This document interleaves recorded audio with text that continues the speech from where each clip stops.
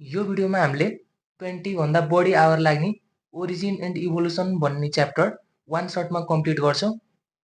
इक्जाममा सोध्न सक्ने खालको एउटा पनि क्वेसन नछोडिकन। तपाईँले अब 20 अथवा 25 आवर लाग्ने लेक्चरहरू नहेरेर डाइरेक्ट यो हेर्नुभयो भने पनि तपाईँको मजाले कम्प्लिट हुन्छ।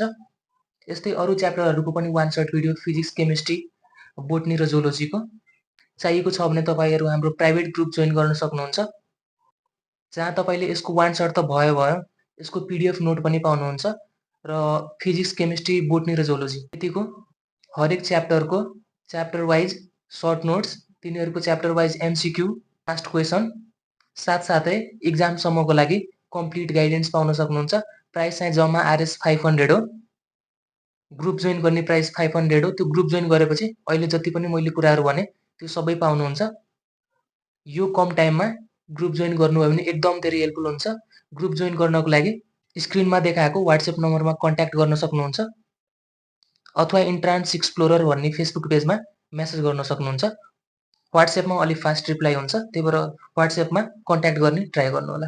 अब आजको च्याप्टर सुरु गरौँ। Origin and evolution of life, दुईटा टर्म छ है, ओरिजिन र इभोल्युसन। यो अर्थमा अथवा यो युनिभर्समा लाइफको उत्पत्ति कसरी भयो हैन, लाइफको उत्पत्ति कसरी भयो, ओरिजिन कसरी भयो र सुरुमा कस्तो थियो हैन, त्यो लाइफ सुरुमा कस्तो थियो, त्यसपछि हामीसम्म कसरी आइपुग्यो, हामी यस्तो कसरी भयो, त्यो सबै कुराको बारेमा यो च्याप्टरमा पढ्नुपर्ने हुन्छ। यो दुईटा टर्मको डिफरेन्स बुझ्नको लागि यसरी सम्झिन सक्नुहुन्छ। जस्तै कुनै एप बनाइन्छ नि, हो त्यो एप बनाउनु भनेको ओरिजिन भयो हैन, अनि टाइममा त्यो एपमा अपडेटहरू आइरहेको हुन्छ नि, राम्रो नराम्रो कुराहरू हटाएर राम्रो कुराहरू आइरहेको हुन्छ नि, त्यो अपडेट भनेको चाहिँ इभोल्युसन हो कि। यसरी सम्झिन सक्नुहुन्छ यसलाई। अब केही इम्पोर्टेन्ट पोइन्ट छ। युनिभर्सको ओरिजिन कहिले भएको थियो भन्दाखेरि 10 देखि 14 बिलियन इयर्स अगो है, BYA भनेको बिलियन इयर्स अगो, अथवा एक्ज्याक्टली भन्नुपर्दा 13.5 बिलियन इयर्स एगो। त्यसै गरी अर्थको ओरिजिन 4.5 बिलियन इयर्स एगो, लाइफको 4 बिलियन र non cellular form of life, एउटा पनि सेल नभएको लाइफको ओरिजिन 3 बिलियन, त्यसै गरी सेलुलर फर्मको 2000 मिलियन इयर्स एगो है, 2000 मिलियन इयर्स एगो। त्यसै गरी फर्स्ट टाइम इन्भर्टिब्रेट्सको ओरिजिन चाहिँ 500 मिलियन इयर्स एगो। कहिलेकाहीँ एमसीक्यूमा राखिदिन सक्छ। अब famous scientist and their contribution, यो हामी यो च्याप्टर कम्प्लिट गरेपछि आफै थाहा हुन्छ। पहिला सुरु च्याप्टर पढौँ। अब जुन ओरिजिनहरू छ नि, ओरिजिनको अर्थको ओरिजिन, युनिभर्सको ओरिजिन, त्यसको बारेमा केही पपुलर हाइपोथेसिसहरू छ। तीनटा हाइपोथेसिस छ, एउटा बिग ब्याङ हाइपोथेसिस, अर्को नेबुलर अथवा कन्डेन्सेसन हाइपोथेसिस र अर्को सुपरनोभा हाइपोथेसिस। यो तीनटा हाइपोथेसिसमा सबैभन्दा पपुलर हाइपोथेसिस भनेको नेबुलर हाइपोथेसिस है। एक्सेप्टेड हाइपोथेसिस भनेको नेबुलर अथवा कन्डेन्सेसन हाइपोथेसिस। सुपरनोभा हाइपोथेसिस चाहिँ डिस्कार्डेड गरिएको थियो। अब यो तीनटा हाइपोथेसिसले अर्थ अथवा युनिभर्सको ओरिजिनको बारेमा के भन्छ त? बिग ब्याङले चाहिँ युनिभर्सको ओरिजिनको बारेमा भन्छ है। युनिभर्सको ओरिजिन कहिले भएको थियो भन्दाखेरि 13.5 बिलियन इयर्स एगो भएको थियो नि। त्यो कसरी भएको यसले एक्सप्लेन गर्छ। कसरी भएको थियो भन्दाखेरि originated by thermonuclear explosion of very dense particle, एकदमै बढी डेन्सिटी भएको कुनै एउटा पार्टिकलको हैन एक्सप्लोजन हुँदाखेरि, फुट्दाखेरि के त युनिभर्सको ओरिजिन भएको थियो। योभन्दा धेरै पढ्नु पर्दैन है, यसबाट धेरै क्वेसन सोध्दैन। अर्को भनेको नेबुलर अथवा कन्डेन्सेसन हाइपोथेसिस। यसले के भनेको थियो भन्दाखेरि ग्यालेक्सी हुन्छ नि, ग्यालेक्सी चाहिँ न्युमेरस पिसेस अफ पार्टिकल्समा सुरुमा ब्रेक भयो हैन। ब्रेक भएपछि लार्ज कोल्ड क्लाउड भएको ग्यासेसहरू बनाए, डस्टहरू बनाए, त्यसै गरी नेबुला बनाए। अब नेबुलाले के गर्यो भन्दाखेरि नेबुलाबाट चाहिँ स्टार र यसको प्लानेट्सको डेभलपमेन्ट भयो भने क्लाउड र ग्यासको र डस्टको क्लाउडबाट चाहिँ यिनीहरू अझ कन्डेन्सेसन हुँदाखेरि, कन्डेन्सेसन भनेको मिल्नुकै यसरी जोडिँदाखेरि के भयो त? स्टार, सन र अर्थको डेभलपमेन्ट भयो। डेभलपमेन्ट भन्दा नि ओरिजिन भनौँ, ओरिजिन भयो। सबभन्दा एक्सेप्टेड हाइपोथेसिस भनेको यही नै हो। यसले नै अर्थ 4.5 बिलियन इयर्स एगो ओरिजिन भएको कुरा गरेको थियो। अर्को छ सुपरनोभा हाइपोथेसिस।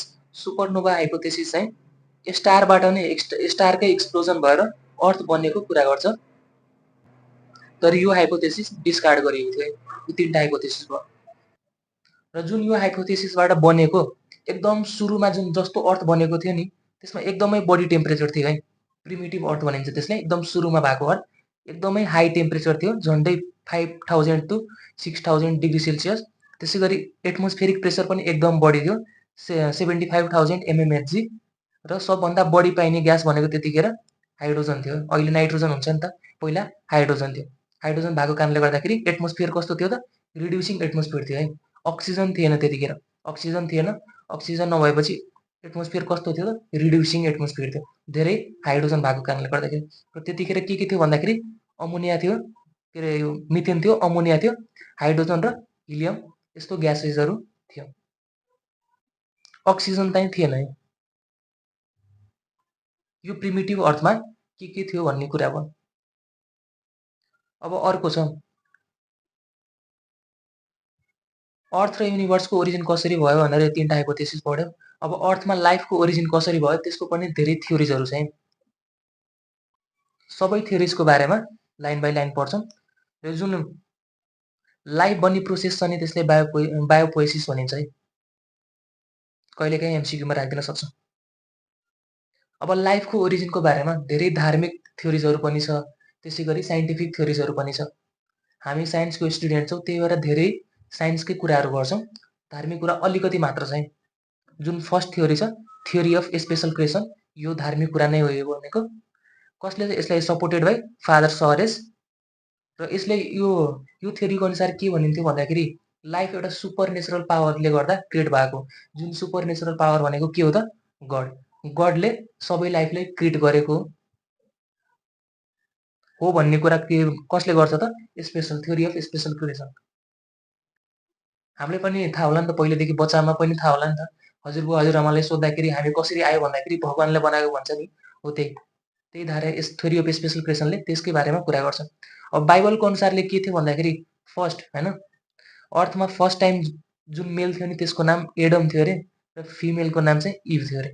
त्यसै गरी हिन्दू मिथोलोजीको अनुसारले फर्स्ट मेलको नाम चाहिँ मनु थियो र फर्स्ट फिमेलको नाम चाहिँ श्रद्धा थियो। त्यसबाट सोध्यो भने सोध्यो, नत्र यहाँबाट सोध्दैन।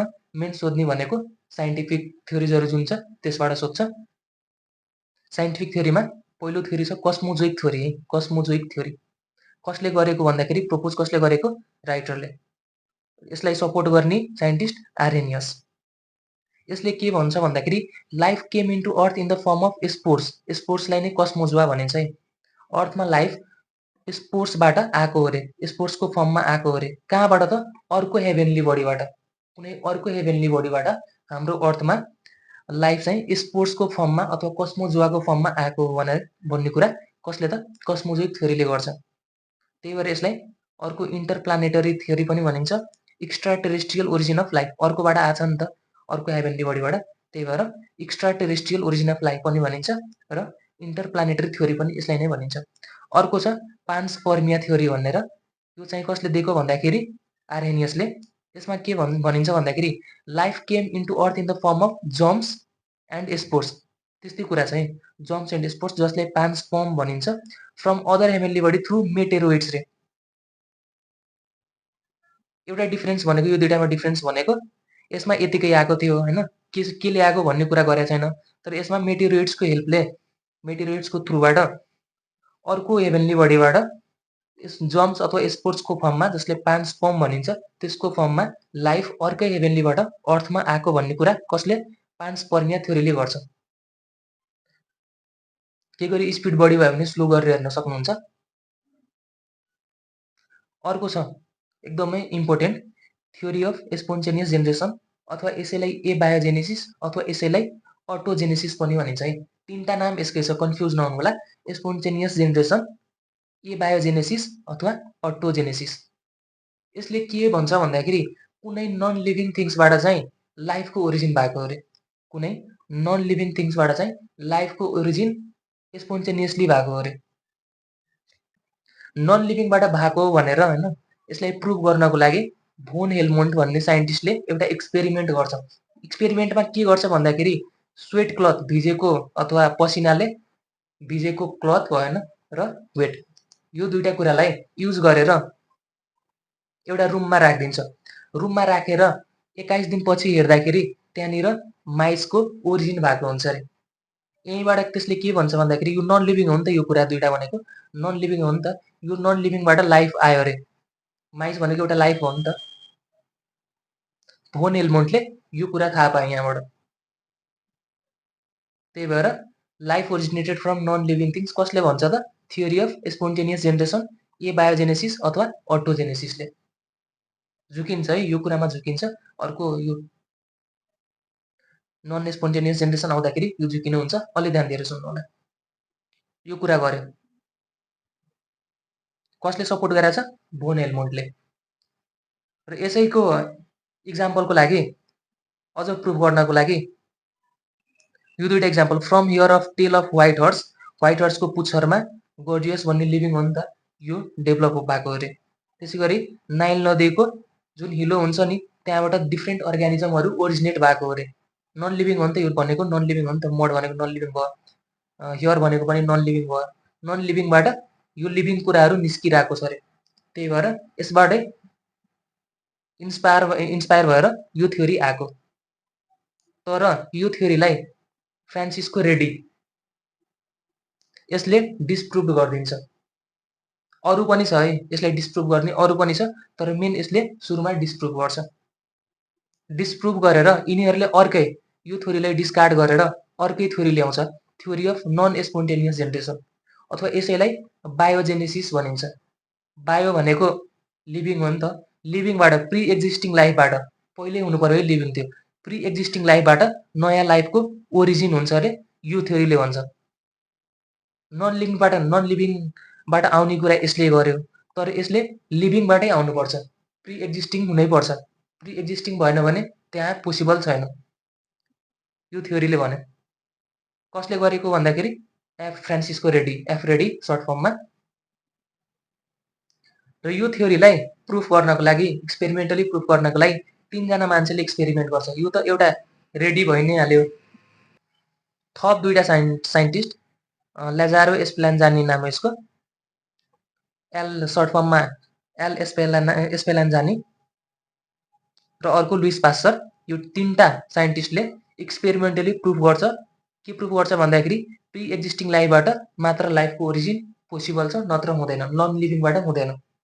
कि त यसलाई डिस्कार्ड गरेको छ र यसलाई प्रुफ गरेको छ। सुरुमा फ्रान्सिस्को रेडीको हेरौँ है, यसले के गर्यो भन्दाखेरि, फ्रान्सिस्को रेडीले के गर्यो भन्दाखेरि आफ्नो एक्सपेरिमेन्टमा 3टा जार लियो, ठिक छ, 3टा जार लियो। 3टा जार लिएर त्यसमा बोइल गरेको मिट, बोइल गरेपछि मर्यो नि त, यो डेड भयो नि त। बोइल गरेको मिटलाई 3टै जारमा राख्यो। अब बोइल गरेको मिटलाई 3टै जारमा राखेपछि एउटा जारलाई चाहिँ खुल्लै छोडिदियो है, एउटा जारलाई खुल्लै छोडिदियो, अर्को जारलाई चाहिँ गज हल्का यस्तो प्वाल, अलिअलि सानो प्वाल भएको नेट जस्तो भनौँ न, नेट जस्तोले कभर गरिदियो, र अर्को चाहिँ कम्प्लिटली युअर टाइट, युअर भित्र बाहिर नगर्ने गरी यसलाई सिल गरिदियो।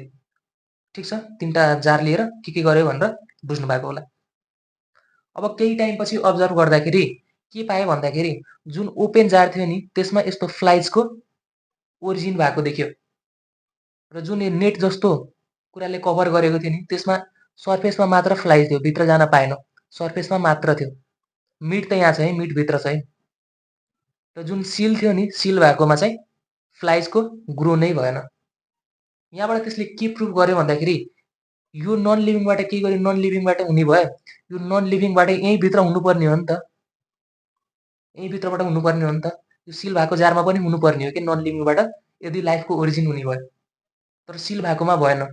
कि त त्यसमा पुरा खुल्ला नै हुनु पर्यो, कि त यसमा अलिअलि खुला, यानि कि यरको भित्र बाहिर यर भइरहेको छ कि त्यस्तो हुनुपर्छ। यसबाट त्यसले के प्रुभ गर्यो भन्दाखेरि फ्लाइज ओरिजिनेट फ्रम फ्लाइज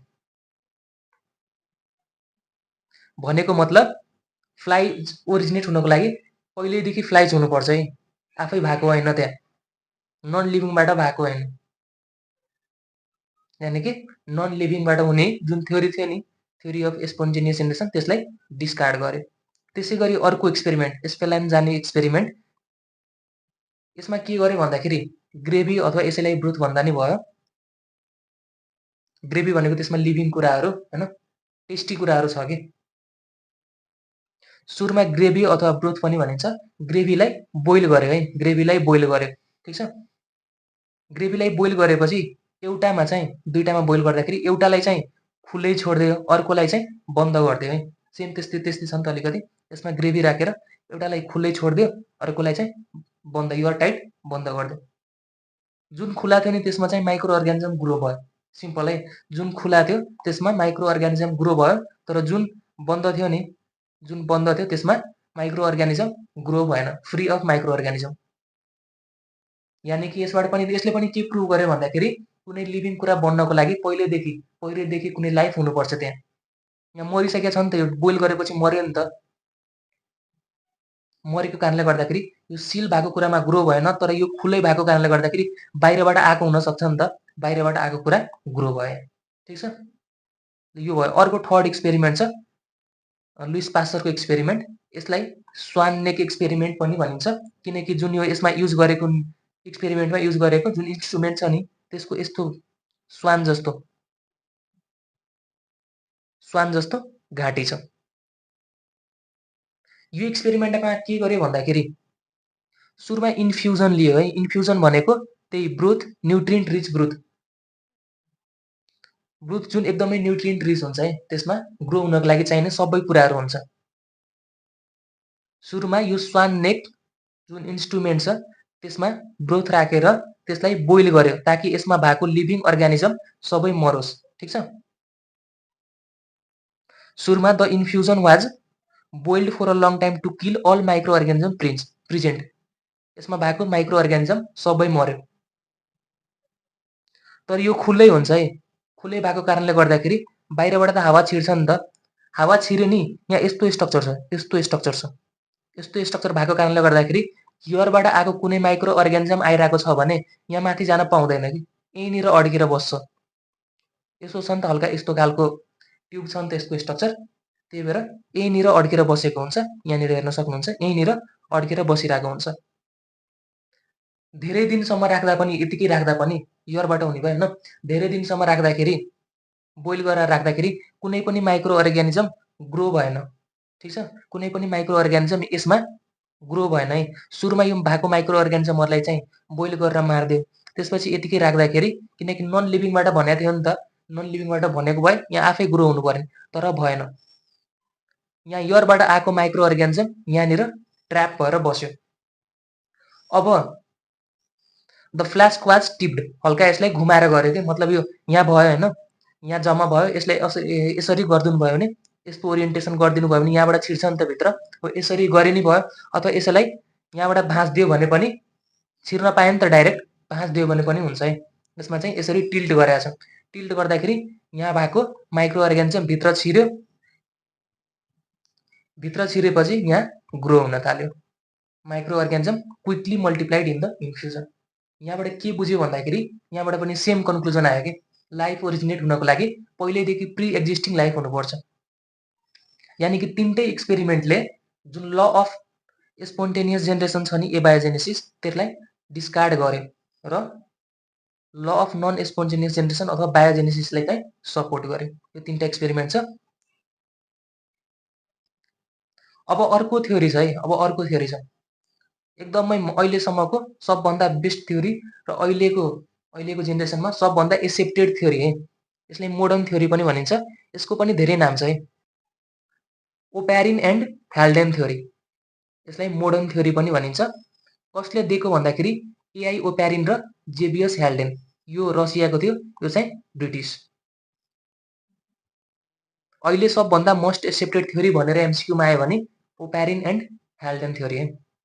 यसलाई बायोकेमिकल ओरिजिन अफ लाइफ पनि भनिन्छ, केमोसिन्थेटिक अथवा केमोजेनेटिक थ्योरी पनि भनिन्छ। किन भनिन्छ अहिले बुझ्नुहुन्छ है। टेरेस्ट्रियल अथवा एबायोजेनिक थ्योरी पनि भनिन्छ। यो तीनटा नाम भनेको यसकै हो है, नझुकिनु होला। यसलाई केमोसिन्थेटिक किन भनेको, केमोजेनेटिक अथवा केमोसिन्थेटिक किन भनेको भन्दाखेरि यो थ्योरीले के भन्छ भन्दाखेरि लाइफको ओरिजिन सुरुमा केमिकलबाट हुन्छ, त्यसपछि बायोजेनेसिस। सुरुमा केमिकलबाट बनेर त्यसपछि बायोजेनेसिस हुन थाल्छ। र यो केही बुकहरू छ, ओरिजिन अफ लाइफ कसले, ओप्यारिनले लेखेको, origin of species origin of species कसले लेखेको त?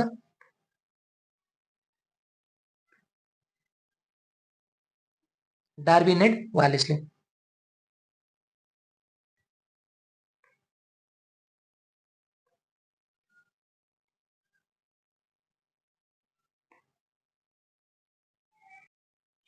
अब यो थ्योरी अनुसार लाइफको ओरिजिन 3टा स्टेपमा हुन्छ है। एकदम धेरै इम्पोर्टेन्ट छ यो थ्योरी, ध्यान दिएर सुन्नु होला।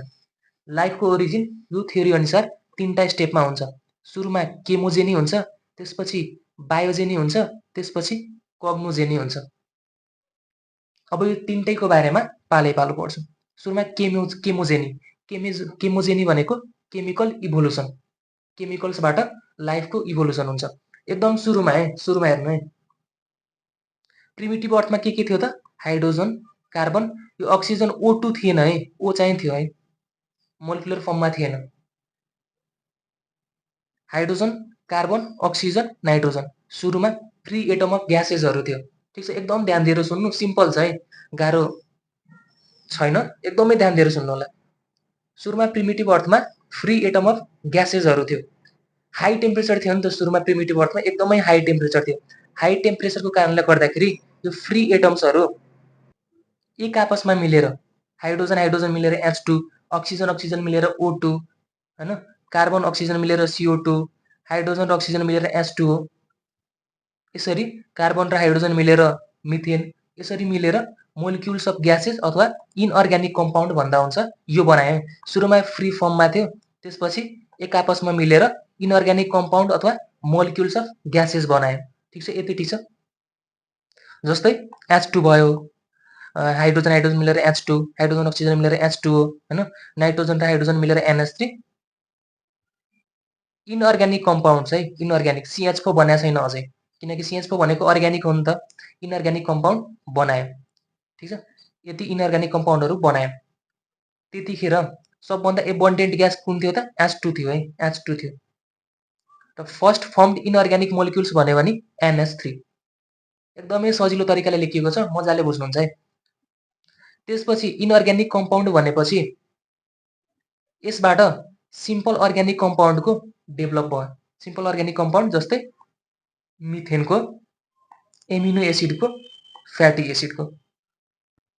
अब फर्स्ट फर्म्ड अर्ग्यानिक कम्पाउन्ड भन्यो भने methane, first formed inorganic molecules भन्यो भने चाहिँ NH3 अथवा इनअर्ग्यानिक कम्पाउन्ड भन्यो भने NH3। ठिक छ, अब सिम्पल अर्ग्यानिक कम्पाउन्ड भन्यो है। सुरुमा फ्री एटम, त्यसपछि इनअर्ग्यानिक कम्पाउन्ड, त्यसपछि सिम्पल अर्ग्यानिक कम्पाउन्ड, त्यसपछि complex organic compound. Complex organic कम्पाउन्डमा जस्तै प्रोटिन एमिनो एसिड मिलेर प्रोटिन बन्यो, पोलिसेक्याराइड्स बन्यो, फ्याट्स बन्यो। केही गाह्रो छैन नि।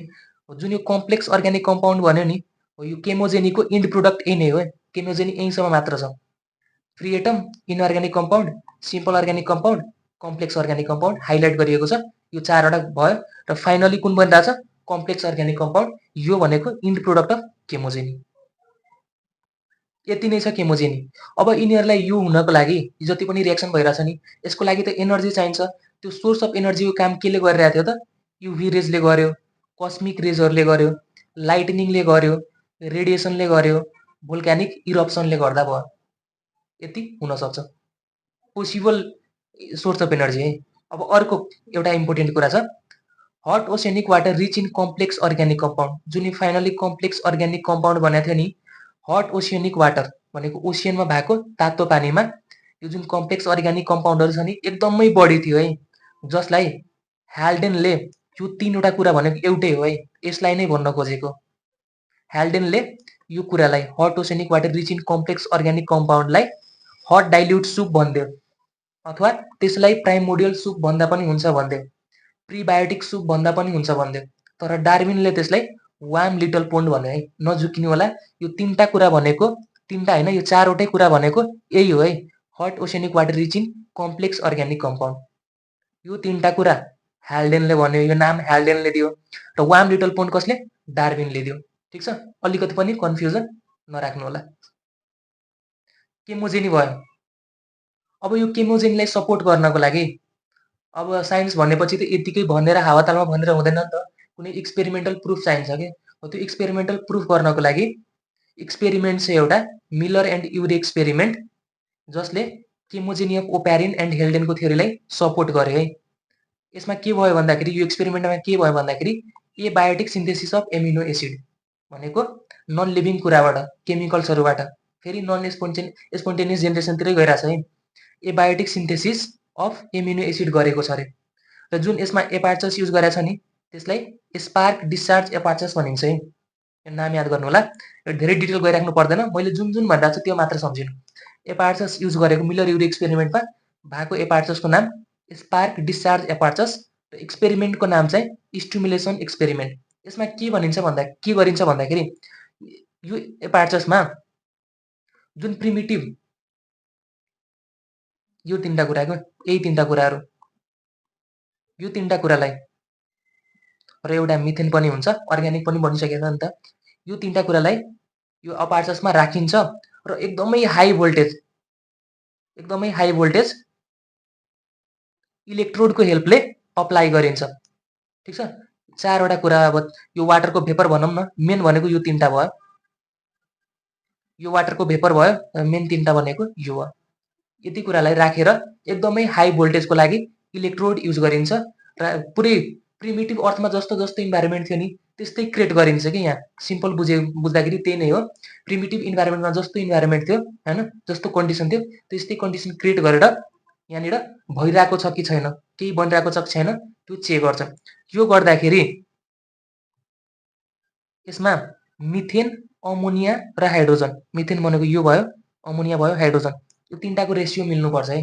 यो 2, यो 1 र यो 2 पार्ट 2:1:2 को रेसियोमा राख्नुपर्छ है। ठीक छ, यो एकदम इम्पोर्टेन्ट क्वेसन हो, यो वाला है एकदम इम्पोर्टेन्ट छ। मिथेन, अमोनिया र हाइड्रोजन मिलर युरे एक्सपेरिमेन्टमा 2:1:2 को रेसियोमा राखिन्छ। यो पनि धेरैजना बिर्सिरहेको हुन्छ, कन्फ्युज भएर नर्भस भएर मिस्टेक लाएर आइरहेको हुन्छ है। यसलाई @ MAH भनेर याद गर्न सकिन्छ है। MAH 2:1:2। टेम्परेचर कति 800 डिग्री सेल्सियस अप्लाई गरिन्छ, भोल्टेज 75,000, ठ्याक्कै प्रिमिटिभ इन्भाइरोमेन्ट जस्तै। र यसबाट बनेको एमिनो एसिडहरू एस्पार्टिक, यो पनि एकदम इम्पोर्टेन्ट छ। एमिनो एसिड बनाएको थियो नि त हाम्रो, यसमा एमिनो एसिड बनाएको थिएन, यसमा पनि त्यही एमिनो एसिड बन्नु पर्यो कि, अनि मात्र प्रुफ हुन्छ। कुन कुन amino acid? Aspartic, alanine, glycine. र त्यसै गरी यिनीहरू एमिनो एसिड त होइन, तर अरू जुन एसिडहरू हुन्छ नि त्यो पनि बनेको थियो। एसिटिक एसिड पनि बनेको थियो, प्रोपियोनिक एसिड पनि बनेको थियो, ल्याक्टिक एसिड पनि बनेको थियो, सक्सिनिक एसिड पनि बनेको थियो। अब जुन युरे, यसको साइन्टिस्टको नाम युरे छ नि, मिलर र युरे। युरेको एउटा बुकको नाम छ एउटा द प्लानेट भन्ने बुक, कसले लेखेको त? युरेले है। केमोजेनीमा यति नै छ। अब नेक्स्ट छ बायोजेनी। बायोजेनी भनेको बायोलोजिकल इभोल्युसन। जुन फाइनली हाम्रो प्रोटिन बनेको थियो नि, formation of protein is considered as landmark in the origin of life. किनकि लाइफ हामी अहिले पढ्दाखेरि पनि protein in the building block of human body भनेर पढ्छौँ नि त। अब प्रोटिन नै बनेपछि त ह्युमन बडी नबन्ने चान्स छ त, अथवा लाइफको नबन्ने चान्स छ त? छैन नि त। त्यही भएर प्रोटिनलाई ल्यान्डमार्क भनिन्छ है, ओरिजिन अफ लाइफको ल्यान्डमार्क भनिन्छ। यसमा के हुन्छ भन्दाखेरि केमोजेनीमा हाम्रो कम्प्लेक्स अर्ग्यानिक कम्पाउन्ड बनाएको थियो। ठिक छ, केमोजेनीमा यहाँसम्म बनाएको थियो नि त कम्प्लेक्स अर्ग्यानिक कम्पाउन्ड, सिरियली लेखेको छु है, केही पनि गाह्रो छैन। कम्प्लेक्स अर्ग्यानिक कम्पाउन्ड बनाएको थियो। अब यो कम्प्लेक्स अर्ग्यानिक कम्पाउन्डको एग्रिगेसन भएर एक आपसमा मिलेर धेरै अर्ग्यानिक कम्पाउन्डहरू बनाएको थियो नि त। प्रोटिन, एमिनो एसिड, फ्याटी एसिड्सहरू बनाएको थियो नि त। त्यो सबैको एग्रिगेसन भएर एउटा स्ट्रक्चर बनाउँछ प्रोटोबायोन्ट। ठिक छ, प्रोटोबायोन्ट भन्ने स्ट्रक्चर बनाउँछ। अब यो सम्झिनुपर्छ है, प्रोटोबायोन्ट भन्ने स्ट्रक्चर बनाउँछ जुन रिप्रोडक्सन गर्दैन है। लिभिङको मेन क्यारेक्टरिस्टिक्स भनेकै रिप्रोडक्सन हो नि त। प्रोटोबायोन्ट रिप्रोडक्सन गर्दैन। अब प्रोटोबायोन्टबाट अरू यसकै टाइप्स भन्दा हुन्छ।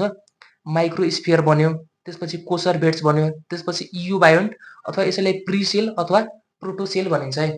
सिरियली याद गर्नु होला, माइक्रोस्फियर, कोसर बेड्स, इयुबायोन्ट, प्रिसेल अथवा प्रोटोसेल। अब यो तीनवटैको बारेमा पढ्छौँ। माइक्रोस्फियर भनेको सिडनी फक्स साइन्टिस्टको नाम हो। सिडनी फक्सले सिन्थेसाइज गरेको थियो। केबाट बनेको छ त? प्रोटिनोइड र पोलिपेप्टाइडबाट बनेको छ र डबल मेम्ब्रेनले बाउन्ड गरिएको छ है। सेल मेम्ब्रेन हुन्छ नि सेलमा, त्यस्तै गरी डबल मेम्ब्रेनले बाउन्ड गरिएको छ र यसमा रिप्रोडक्सन हुन्छ। कसरी हुन्छ? एसेक्सुअल रिप्रोडक्सन, बडिङ भनेको एसेक्सुअल हो नि त, बडिङ क्यापासिटी छ माइक्रोस्फियरमा, ठिक छ। त्यसै गरी अर्को कोसर्भेट्स है। कोसर्भेट्स कसले सिन्थेसाइज गरेको? ओप्यारिनले। केबाट बनेको छ? प्रोटिनबाट, पोलिसेक्राइडबाट र फ्याट्सबाट। र यो कसरी केले बाउन्ड भएको छ? यो डबल मेम्ब्रेनले भएको थियो है। यो थिन लेयर अफ वाटरले बाउन्ड भएको छ र यसमा ग्रोथ र डिभिजन क्यापासिटी छ है। प्रोडक्सन भनेपछि यही त हो, ग्रोथ एन्ड डिभिजन क्यापासिटी छ। अब युबायोन्ट आउँछ। युबायोन्ट भनेको protobiont plus nucleic acid plus surface membrane. यसमा पनि ग्रोथ र डिभिजन क्यापासिटी हुन्छ। यसको इक्जाम्पलमा प्रोटोभाइरस भन्दा हुन्छ है। युबायोन्ट भनेको प्रोटोभाइरसको डेभलपमेन्ट भयो।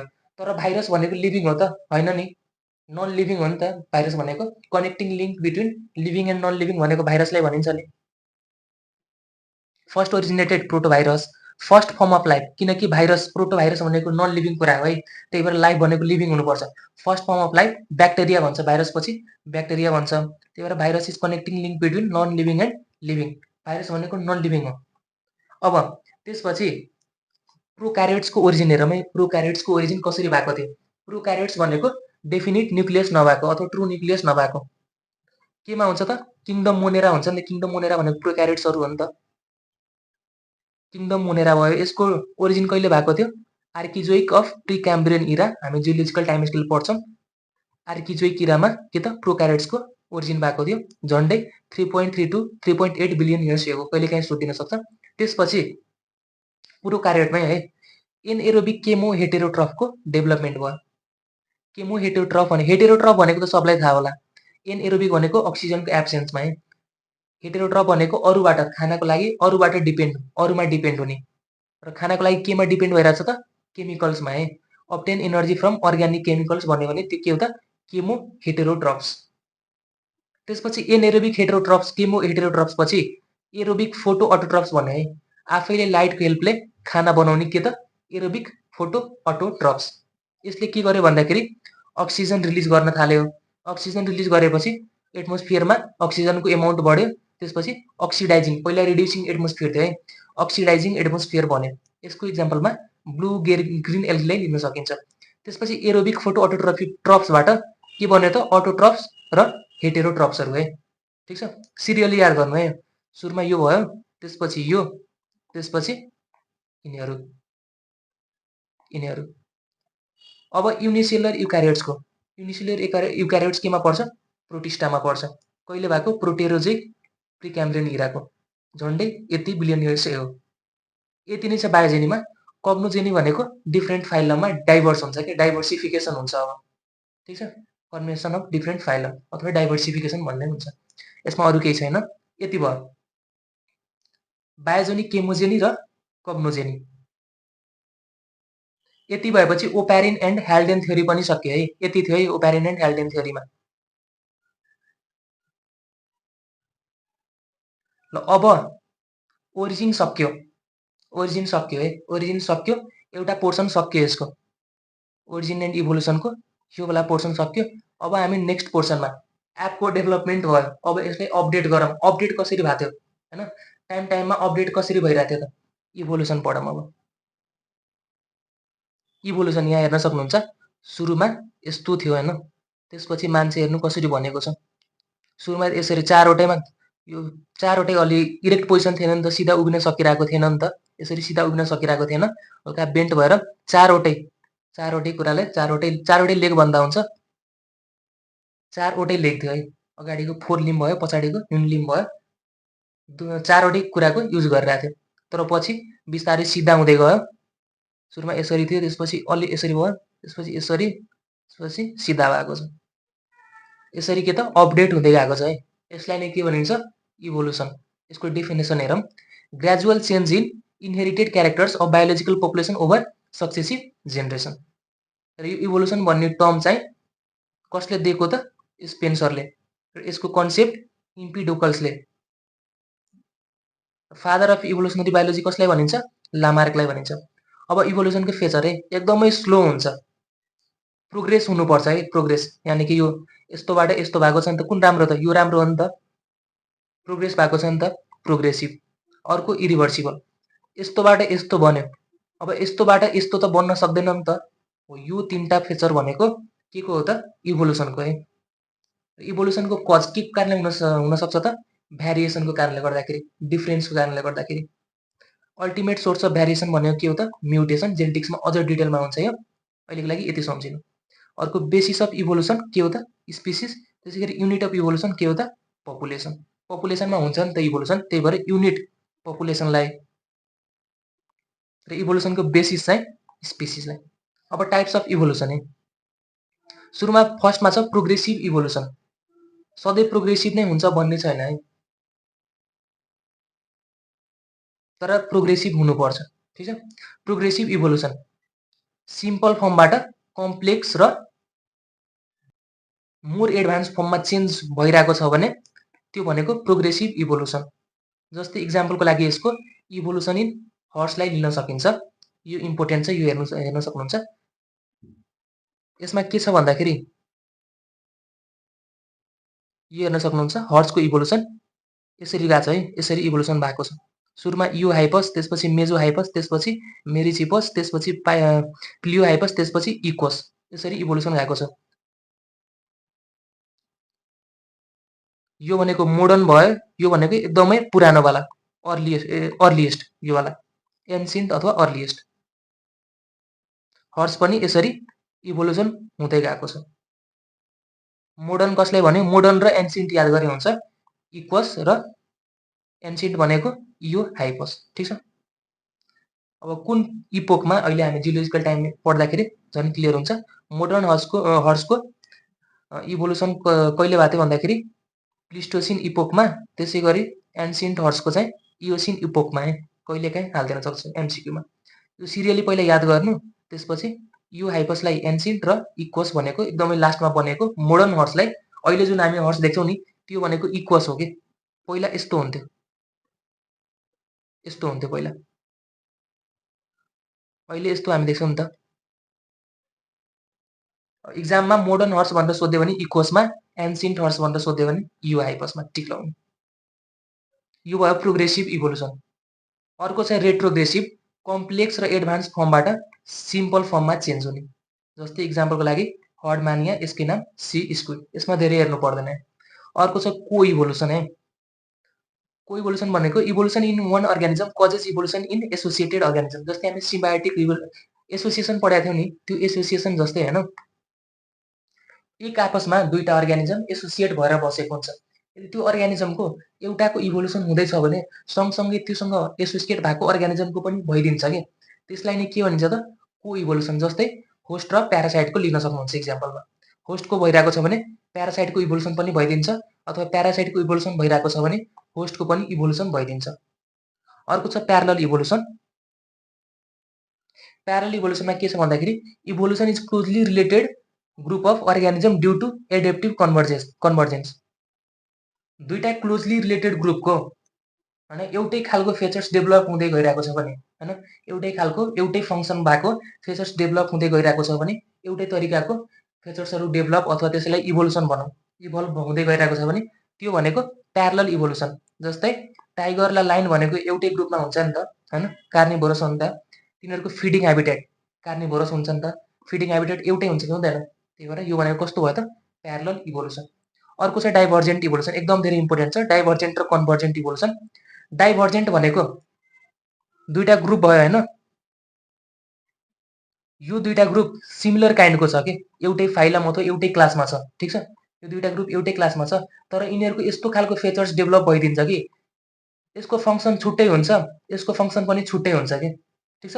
यानि कि फङ्सन छुट्टै हुने बित्तिकै एउटै ग्रुपमा भएको इभल्भ हुँदाखेरि पनि तिनीहरूको डिफ्रेन्ट इभोल्युसन हुँदाखेरि तिनीहरूको फङ्सन डिफ्रेन्ट भइदियो कि। डिफ्रेन्ट हुने बित्तिकै त्यो भनेको डाइभर्जेन्ट भइदियो। त्यो भनेको के हो त? Divergent evolution. पढ्दाखेरि हुन्छ, यहाँनिर झन् बुझिन्छ। Similar kind of organism living in different habitat due to adaptive radiation. Divergent हुने बित्तिकै रेडिएसन है, एडेप्टिभ रेडिएसन, डिफ्रेन्ट फेचर्सहरू डेभलप गरिदियो। यसले नै होमोलोगस अर्गन्स डेभलप गर्छ। किनकि हेर्नु है, सिमिलर काइन्ड अफ अर्गानिजम भन्ने बित्तिकै तिनीहरूको ओरिजिन सेम हुने भयो नि त। यो अर्गेन्सको ओरिजिन सेम हुने भयो, सिमिलर काइन्ड अफ अर्गानिजम छ पछि झन् सजिलो हुन्छ होमोलोगस अर्गन्सको इक्जाम्पल याद गर्न। सिमिलर काइन्ड अफ अर्गानिजम छ, एउटै ग्रुप अथवा क्लासको अर्गानिजम छ हैन, तर यस्तो खालको फिचर्स डेभलप गरे कि त्यसको फङ्सन नै छुट्टै भइदियो कि। एउटै ग्रुपमा हुने बित्तिकै केही नयाँ इभोल्युसन भइरहेको छ भने तिनीहरूको फङ्सन सेम हुनुपर्ने हो नि त, तर हुँदैन कि। एउटै ओरिजिन एउटै भयो नि, फङ्सनहरू चाहिँ डिफरेन्ट भइदिन्छ। यानि कि यसले के को फर्मेसन गरायो त, होमोलोगस अर्गन्सको। ठिक छ, जस्तै यहाँ हेर्न सक्नुहुन्छ इक्जाम्पलमा, evolution of different mammaliforms, marsupials of Australia, Darwin finches. Origin same हुन्छ तर फङ्सन डिफरेन्ट हुन्छ है तिनीहरूको अर्गेन्सको फङ्सनहरू। अर्को छ कन्भर्जेन्ट इभोल्युसन, डिफरेन्ट ग्रुप, यो जुन मैले सुरुमा ग्रुप भनेको थिएँ नि, सेम भनेको थिएँ, यसमा चाहिँ डिफरेन्ट ग्रुपको छ है, डिफरेन्ट ग्रुपको छ। जस्तै ब्याट र बर्ड लिन सक्नुहुन्छ, डिफरेन्ट ग्रुपको छ, तर तिनीहरूको विङ्स त उड्नलाई नै हेल्प गर्छ नि त हैन। ब्याट भनेको मेमलमा भयो, बर्ड्स भनेको बर्ड्स नै भयो, ग्रुप डिफरेन्ट छ, तर भएको विङ्स जुन डेभलप भयो नि, त्यो दुवैको विङ्स के काम गर्छ त, उडाउनलाई नै काम गर्छ नि त, फङ्सन एउटै छ नि त।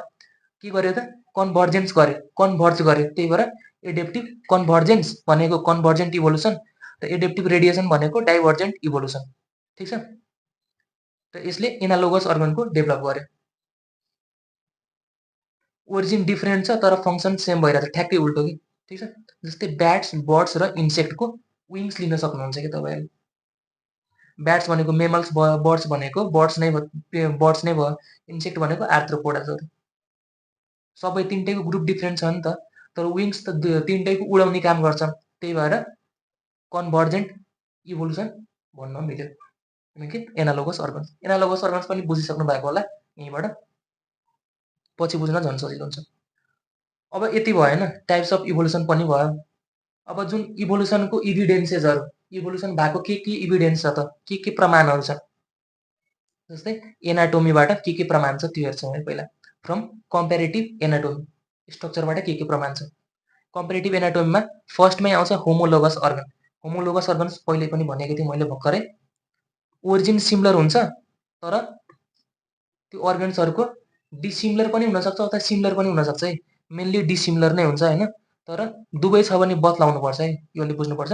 डिसिमिलर पनि हुनसक्छ अथवा सिमिलर पनि हुनसक्छ, मेनली भनेको डिसिमिलर नै हुन्छ। ठिक छ, ओरिजिन चाहिँ सिमिलर हुनु पर्यो, मेन हेर्ने भनेको ओरिजिन, सिमिलर ओरिजिन छ भने त्यो होमोलोगस अर्गन्स। यसलाई सम्झिनको लागि एचओडी याद गर्न सक्नुहुन्छ, होमोलोगस अर्गन्स एचबाट, ओबाट ओरिजिन सेम, डीबाट डाइभर्जेन्ट इभोल्युसन। केले गर्दा भएको थियो त, एडेप्टिभ रेडिएसन, माथि हेर्न सक्नुहुन्छ। अब जति पनि इक्जाम्पल छ नि याद गर्नु भयो भने झुकिन सक्नुहुन्छ, नयाँ इक्जाम्पल आइदियो भने। के याद गर्नु भन्दाखेरि होमोलोगस अर्गन्स यदि छ भने त्यो कुनै दुईटा स्पिसिस भनौँ न, दुईटा एनिमल्स भनौँ न, एनिमल्स अथवा जे भने नि, दुईटा इन्डिभिजुअल भनौँ, दुईटा इन्डिभिजुअल दिएको हुन्छ, तिनीहरूको कुनै अर्गन्स दिएको हुन्छ, यिनीहरू होमोलोगस अर्गन्स हो कि एनालोगस अर्गन्स हो भनेर सोध्छ। ठिक छ,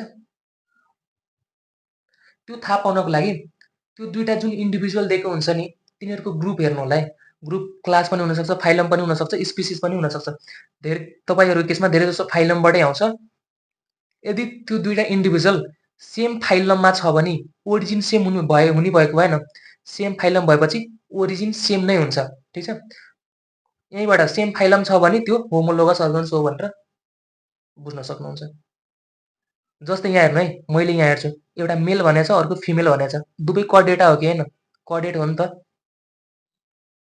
कडेट भएपछि के भयो त, सेम फाइलम भयो, सेम ग्रुप भयो, त्यही भएर होमोलोगस अर्गन। यो हेर्नै पर्दैन।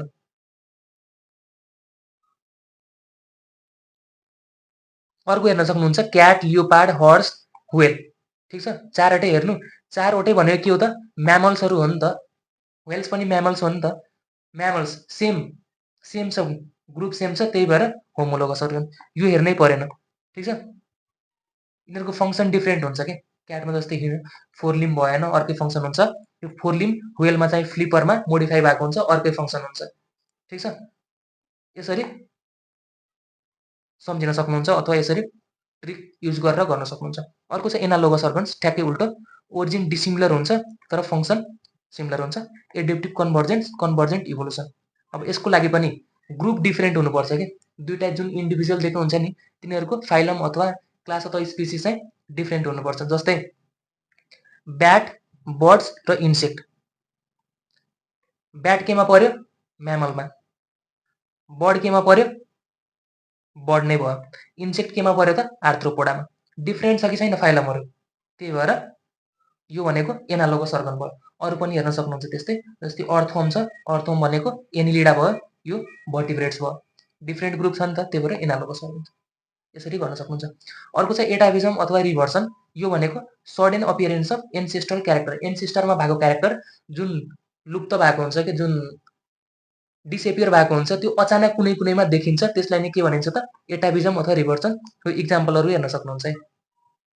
यसको चाहिँ इक्जाम्पलहरू याद गर्नुपर्छ। जस्तै पहिला धेरै हेयर हुन्थ्यो नि त बडीमा, तर अहिले हुँदैन नि त, एकदमै कम हुन्छ। कसैकोमा एकदम बढी भइदिन्छ नि, त्यो भनेको एटाभिजम हो है। अर्को भनेको भेस्टिजियल। एन्सेस्टरहरूमा चाहिँ फङ्सनल केही काम हुन्थ्यो, तर अहिलेमा कुनै पनि त्यसको फङ्सन हुँदैन है। अहिले चाहिँ नन फङ्सनल छ, तर एन्सेस्टरहरूमा चाहिँ फङ्सनल हुन्थ्यो। त्यस्तो अर्गन भनेको के हो त? Vestigial organ. जस्तै भर्मिफर्म एपेन्डिक्स भयो, मेमोरी ग्ल्यान्ड अफ मेल। मेलमा मेमोरी ग्ल्यान्डको काम हुँदैन नि त, पहिला हुन्थ्यो, एन्सेस्टरहरूमा हुन्थ्यो, अहिले छैन। त्यो भनेको भेस्टिजियल अर्गन। अरू पनि इक्जाम्पलहरू छ। अब अर्को छ कनेक्टिङ लिङ्क। कनेक्टिङ लिङ्क भनेको organism having the character of two different group, दुईटा डिफ्रेन्ट ग्रुपलाई कनेक्ट गर्ने अथवा दुईटै खालको। जस्तै यहाँ हेर्न सक्नुहुन्छ, युग्लिनाको इक्जाम्पल हेर्नु है। युग्लिनालाई चाहिँ connecting link between plant and animal पनि भनिन्छ। प्लान्ट जस्तो क्यारेक्टर पनि हुन्छ, एनिमल जस्तो क्यारेक्टर पनि हुन्छ, त्यही भएर यसलाई कनेक्टिङ लिङ्क भनिएको। यो इक्जाम्पलहरू भयो, यो सम्झिनु होला। के को कनेक्टिङ लिङ्क हो त्यो पनि हेर्नु, यादै गर्नुपर्छ। यो केही अरू उपाय छैन। लङ फिसको अर्को नाम डिप्नोइ हो, ठिक छ। र अरू योभन्दा बाहेक तिनवटा यो छ, पढ्नुलाई होला। यसमा मैले केही डिस्क्राइब गर्नु पर्दैन, याद नै गर्नुपर्छ यो। अब अर्को मिसिङ लिङ्क। यही कनेक्टिङ लिङ्क। मिसिङ लिङ्क भनेको कनेक्टिङ लिङ्क हुनैपर्छ, तर अहिले जुन छैन है, एक्सटिङ्क्ट भइसक्यो, लुप्त भइसक्यो, त्यस्तोलाई के भनिन्छ त? Missing link. जस्तै सेमोरिया भयो होइन, यिनीहरू के त? Missing link. एनाटोमीबाट भयो है, कम्पेरेटिभ एनाटोमीबाट इभिडेन्स यति नै छ। अब अर्को भनेको कहाँबाट इभिडेन्स छ भन्दाखेरि प्यालेन्टोलोजी। प्यालेन्टोलोजी भनेको फोसिल्सको स्टडी। अब फोसिल्स भनेको के हो त? Remaining or prints of organism ancient time, पहिला हुने गरेको अर्गानिजमबाट जुन मरिसकेको होइन, जुन मरिसकेको हुन्छ नि, तिनीहरूको केही अवशेषहरू बाँकी हुन्छ कि प्रिन्ट्सको फर्ममा कुनैमा। जस्तै मेनली भनेको रक्सहरूमै हुन्छ, त्यसमा छाप बनेर बसेको हुन्छ, त्यसैलाई के भनिन्छ त? फोसिल्स भनिन्छ, ठिक छ। यसलाई direct evidence of organic evolution भनिन्छ। र धेरै जसो फोसिल कहाँ पाइन्छ? सेडिमेन्ट्री रकमा है। र फोसिल जुन यो फोसिलाइजेसन छ नि, फोसिल बन्ने प्रोसेस हो। फोसिल बन्ने प्रोसेस कतिखेर, कुन कन्डिसनमा सबभन्दा बढी फोसिल बन्छ त? अक्सिजन कम भएको बेलामा र डिकम्पोजर पनि कम भएको बेलामा, ताकि त्यसलाई डिकम्पोज नगरोस् कि। डिकम्पोज नगरेपछि फोसिल धेरै बन्ने भयो नि त, त्यो भनेको बेस्ट कन्डिसन फर फोसिलाइजेसन भयो। अब टाइप्स अफ फोसिल छ होइन। फर्स्टमा इन्टायर अथवा इन्ट्याक्ट अथवा अनअल्टर्ड फोसिल, सबै त्यो अर्गानिजमको होल बडी नै प्रिजर्भ भएको हुन्छ। जस्तै इक्जाम्पलमा उली म्यामोथ, के हो त? यो एलिफेन्ट हो नि त, एकदमै भर्खरै पत्ता लागेको उली म्यामोथ मोस्ट रिसेन्ट हो है यो। अर्को पेट्रिफाइड फोसिल, हार्ड जति पनि हार्ड स्ट्रक्चरहरू जस्तै टिथ, बोन, यिनीहरूको फोसिल छ भने त्यो भनेको पेट्रिफाइड फोसिल है, एकदमै मोस्ट कमन टाइपको फोसिल हो यो। अर्को भनेको मोल्ड्स। यसमा के हुन्छ भन्दाखेरि अर्गानिजम एकदमै डिकम्पोज भइसकेको हुन्छ, तर तिनीहरूको जुन वेस्ट मेटेरियल हुन्छ नि, कास्ट, त्यो चाहिँ बाँकी भएको हुन्छ। त्यसै गरी cast cavity filled with minerals. अर्को भनेको इम्प्रिन्ट छ, फुटप्रिन्ट अफ क्रलिङ एनिमल्स, जस्तै डाइनोसरको फुटप्रिन्ट, त्यो भयो के त? इम्प्रिन्ट्स भयो। अर्को compression, plant fossil living thin film of carbon, ठिक छ। यो भयो के त? फोसिल्स। त्यसै गरी अर्को चाहिँ एउटा लिभिङ फोसिल छ है। लिभिङ फोसिल भनेको फोसिल त फोसिल नै हो, तर अहिलेसम्म बाँचेकै छ क्या। जस्तै प्लान्टको केसमा प्लान्ट फोसिल भनिन्छ जसलाई, गिङ्गो बाइलोबा एकदमै ओल्डेस्ट। सेकेन्ड ओल्डेस्ट भनेको नियोप्लिना है, मुलस्का हो यो। अर्को पेरिप्याटस, लाइमुलस, स्फेनोडोन, यिनीहरू पनि लिभिङ फोसिल अहिलेसम्म बाँचिरहेको छ। Organism which underwent little change during long geological period, एकदमै लामो टाइममा पनि, एकदमै लामो समयमा पनि होइन, थोरै चेन्ज भएको कि, त्यही भएर तिनीहरूलाई लिभिङ फोसिल भनिदिएको छ। यो भयो लिभिङ फोसिल। अब फोसिल्सहरूको एज कति भयो त्यो पत्ता लगाउनको लागि डिफ्रेन्ट मेथडहरू छ। जस्तै कार्बन डेटिङ मेथड छ, एकदमै बढी युज गरिने ओल्डेस्ट मेथड। त्यसै गरी potassium dating method, uranium dating method, DM भनेको डेटिङ मेथड। यो प्यालेन्टोलोजीबाट भयो। अब बायोकेमिस्ट्रीबाट डिफ्रेन्ट होइन डिफ्रेन्ट अर्गानिजमको इन्जाइम्सहरू सेम हुन्छ नि त। जस्तै फाइलमहरूमा हेर्नुभयो भने ट्रिप्सिन अमाइलेज लाइपेजहरू लोवर फाइलमदेखि पोरिफेरादेखि एकाइनोडर्मेटा अथवा कर्डेटासम्म यिनीहरू इन्जाइमहरू पाइन्छ। यानि कि सिमिलारिटी त छ नि त, त्यो भनेको इभोल्युसनको एउटा इभिडेन्सको रूपमा लिन सक्यो कि हर्मोन्सहरू पनि धेरै सिमिलारिटी हुन्छ। र एउटा टेस्ट त सेरोलोजिकल टेस्ट अथवा प्रिसिपिटेसन टेस्ट के को लागि गरिन्छ त, स्पिसिसहरू दुईटा स्पिसिसहरू कतिको एकअर्कासँग क्लोज छ त्यसको चेक गर्नको लागि के गरिन्छ त सेरोलोजिकल टेस्ट। यसमा एन्टिजेन र एन्टिबडीको रियाक्सन हुन्छ है, एन्टिजेन र एन्टिबडीको रियाक्सन हुन्छ र प्रिसिपिटेटको फर्म हुन्छ। त्यसै गरी अर्को छ इम्ब्रायोलोजीबाट। इम्ब्रायोलोजीबाट भनेको अर्ली स्टेज हो नि त डेभलपमेन्टको इम्ब्रायो भनेको। ब्लास्टुला ग्यास्ट्रुलाहरू पढ्नु भएको होला, जाइगोट भन्छ होइन, त्यसपछि ब्लास्टुला ग्यास्ट्रुलाहरू। त्यो भनेको के हो त, तिनीहरूमा पनि सिमिलारिटी हुन्छ कि डिफ्रेन्ट अर्गानिजमको। यहाँबाट पनि इभोल्युसनको एउटा इभिडेन्स पाउन सकिन्छ। यसको लागि एउटा साइन्टिस्ट, दुईटा साइन्टिस्टको नाम याद गर्नु, अर्न्स्ट हैकल र फोन बेयर। यिनीहरूले एउटा ल प्रपोज गरेका थिए, बायोजेनेटिक ल, अथवा यसैलाई रिक्यापिचुलेसन थ्योरी पनि भनिन्छ है। बढी प्रायोरिटी दिनु पर्दाखेरि फर्स्टमा अर्न्स्ट हैकल दिनु होइन, यदि अर्न्स्ट हैकल छैन भने फोन बेयरमा लाउनु, ठिक छ। दुईटैले गरेको तर मेन यसमा कन्ट्रिब्युसन भनेको अर्न्स्ट हैकलको छ है। यसले के भन्छ भन्दाखेरि अन्टोजेनी रिपिट्स फाइलोजेनी। अब अन्टोजेनी र फाइलोजेनी भनेको के हो, अन्टोजेनीले फाइलोजेनीलाई रिपिट गर्छ अरे। फाइलोजेनी भनेको पहिला बुझौँ। फाइलोजेनी भनेको त्यो इन्डिभिजुअलको एन्सेस्टरहरू होइन, एन्सेस्टरहरूमा कस्तो कस्तो क्यारेक्टर थियो त्यसलाई नै अहिले नयाँ आउने जति पनि इन्डिभिजुअल हुन्छ नि त्यसकै आफ्नो एन्सेस्टर जस्तो जस्तो क्यारेक्टर हुन्छ नि त्यस्तै क्यारेक्टर डेभलप गर्छ अरे कि, त्यसलाई नै रिपिट गर्छ अरे। यसलाई नै अन्टोजेनी रिपिट्स फाइलोजेनी भनेको।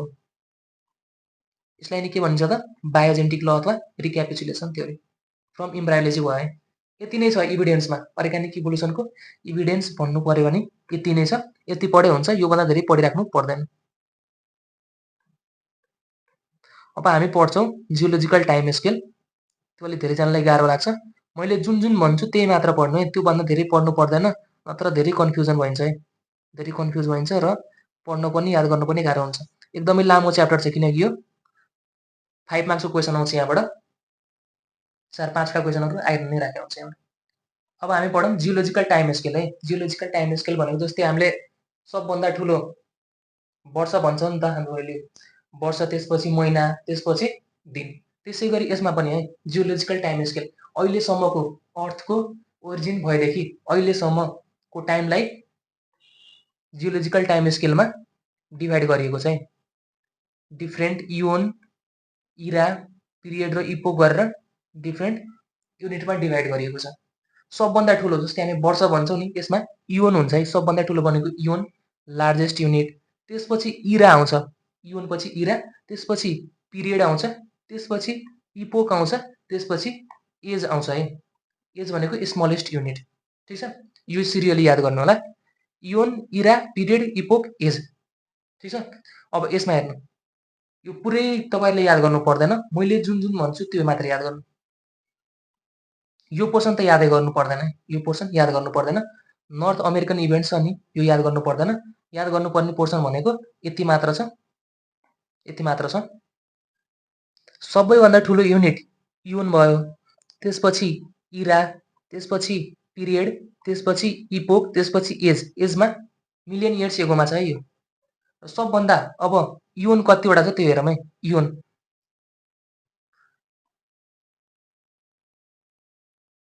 र यो टेबल हेर्नुभन्दा पहिला यो एउटा कुरा बुझ्नु है, यो भनेको सबभन्दा पुरानो होइन, सबभन्दा पहिला के, पहिलादेखि तलको सबभन्दा पहिला भयो, माथिको चाहिँ अहिलेको भयो, ठिक छ।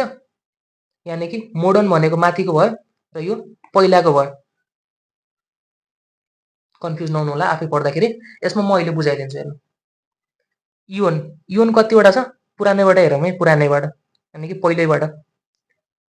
हेडियन छ, आर्कियन छ, प्रोटेरोजोइक छ, त्यसपछि फ्यानेरोजोइक छ। यो भनेको इयोन भयो है, इयोन भयो। यो दुईटा भनेको इयोन भयो, फ्यानेरोजोइक र हेडियन, आर्कियन र प्रोटेरोजोइक। ठीक छ। अब इरा हेरौँ, इओन भयो इरा, यो तीनटै इओन छ नि, हेडियन, आर्कियन र प्रोटेरोजोइक, यो तीनटालाई एउटा इओन छ, इरा छ, प्री क्याम्ब्रियन इरा भनेर भनिन्छ है। यो तीनटा मिलायो भने प्री क्याम्ब्रियन इरा कहिलेदेखि कहिलेसम्म छ, मिलियन इयर्स एगोमा छ है। 4600 मिलियन इयर्स एगोदेखि 541 मिलियन इयर्स एगोसम्म। यो सबै याद गरेर राख्नु पर्दैन, मैले मेन भनिदिन्छु त्यो मात्र। 4600 मिलियन इयर्स एगोदेखि भनेको 4.6 बिलियन इयर्स भयो नि त यो। 46 मिलियन इयर्सदेखि 4600 541 सम्म के छ त, प्री क्याम्ब्रियन इरा छ है, प्री क्याम्ब्रियन इरा छ। त्यसै गरी अर्को इरा हेरौँ है, अर्को इरा भनेको त्यसपछिको इरा भनेको प्रोटेरोजोइक, कहिलेसम्म छ, 541 देखि 251 सम्म के छ, प्रोटेरोजोइक, मिलियन इयर्स एगोमा छ है, के अरे प्यालियोजोइक। त्यसपछि 251 देखि 66 सम्म के छ, मेसोजोइक इरा। त्यसपछि 66 देखि अहिलेसम्मको जुन छ त्यो भनेको सेनोजोइक इरा, यानि कि मोडर्न इरा जुन हामी बाँचेर छौँ अहिले, त्यो भनेको के हो त, सेनोजोइक इरा है। ठिक छ, यति कम्प्लिट छ नि, यति बुझ्यो नि। अब इरा भएपछि इओन सक्यो, इरा सक्यो, अब पिरियड। यही इराहरूलाई डिफ्रेन्ट पिरियडमा डिभाइड गरिएको छ। जस्तै यसको त कुनै पनि पिरियड छैन, यसमा हेरौँ, यसको कतिवटा छ, यो भनेको दुईटा भनेको एउटैमा पर्छ, त्यही भएर 2 4 6वटा भनौँ न, यो दुईटा भनेको एउटै भयो, 2 3 4 5 6 7वटा, सरी 6वटा, 2 3 4 5 6 7, यस्तो पागल जस्तो गर्ने हो। यो एउटा भयो, दुईटा 3 4 5 6वटा पिरियड छ है। ल त्यसै गरी मेसोजोइक इरालाई चाहिँ तीनटा पिरियड, ट्रायोजिक, जुरासिक र क्रिटासियस पिरियड। त्यसै गरी सिनोजोइक इरालाई टर्सियरी र क्वाटरनरी। टर्सियरीमा यो प्यालियोजिन, त्यसपछि नियोजिन छ है, अर्को छ क्वाटिनरी। टर्सियरी र क्वाटिनरी पिरियड याद गर्नु। ठीक छ। त्यसै गरी अब इपोक छ है, इपोक यिनीहरूको छैन। इपोक अहिले जुन सिनोजोइक इरा छ नि त्यसको मात्र छ। कतिवटा छ त, 2 4 5 6 7वटा इपोक छ है।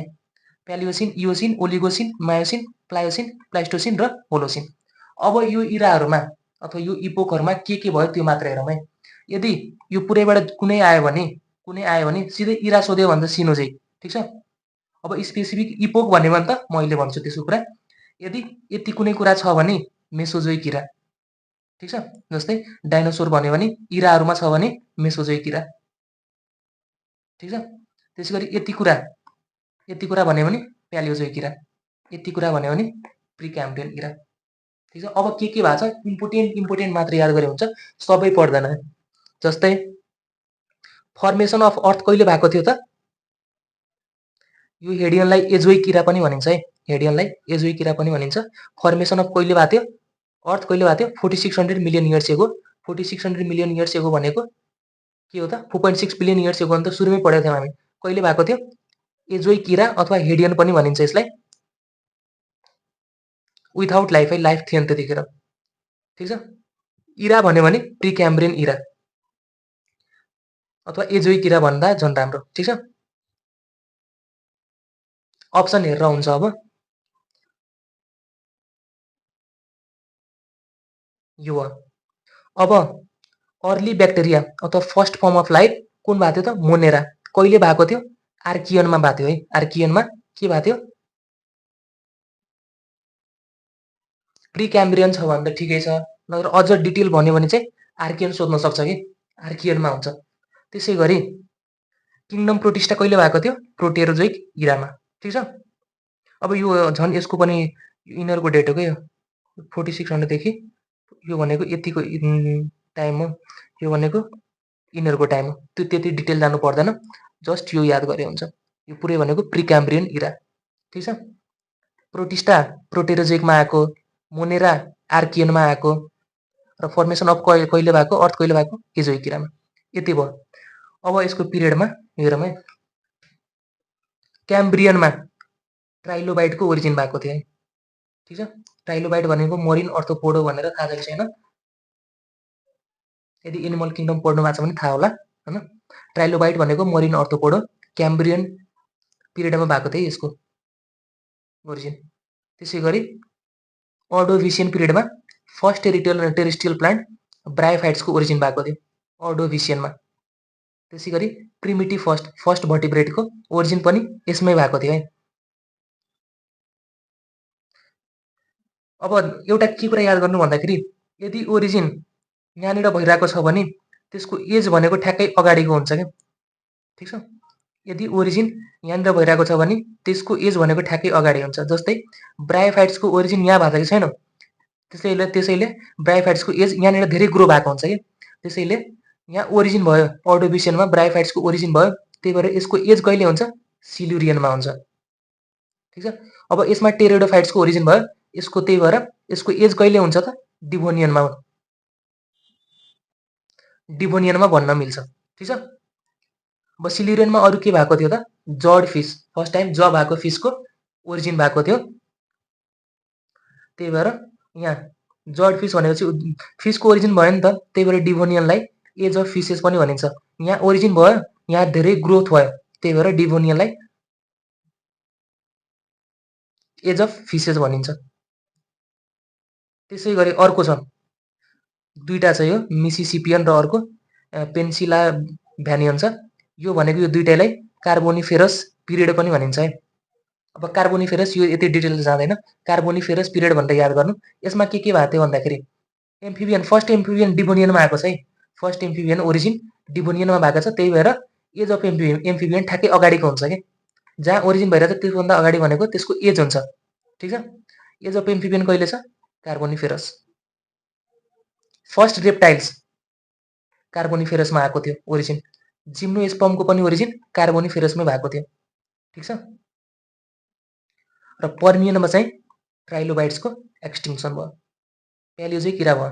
अब मेसोजोइक किरामा हेरौँ है। मेसोजोइक किरामा तीनटा पिरियड छ, ट्रायोजिक, जुरासिक र क्रिटासियस। हेर्नु यहाँनिर एउटा याद गर्नु, फर्स्ट रेप्टाइल्स यसमा आएको थियो कि थिएन, त्यही भएर ठ्याक्कै योभन्दा अगाडि भनेको यो हो नि त, एज अफ रेप्टाइल्स भन्यो भने जुरासिक भनेर याद गर्नु, ठिक छ। अथवा त्यो याद भएन भने यहाँदेखि हेर्नु, ट्रायोजिक फर्स्ट टाइम डाइनोसर एपियर भएको ट्रायोजिकमै थियो है, फर्स्ट म्यामल, ठिक छ। यसमै रेप्टाइल्सको ओरिजिन पनि भएको थियो, फ्लाइङ रेप्टाइल्स है, फ्लाइङ रेप्टाइल्स ओरिजिन त रेप्टाइल्सको फर्स्ट टाइम यसमै कार्बोनिफेरसमै भइसकेको थियो।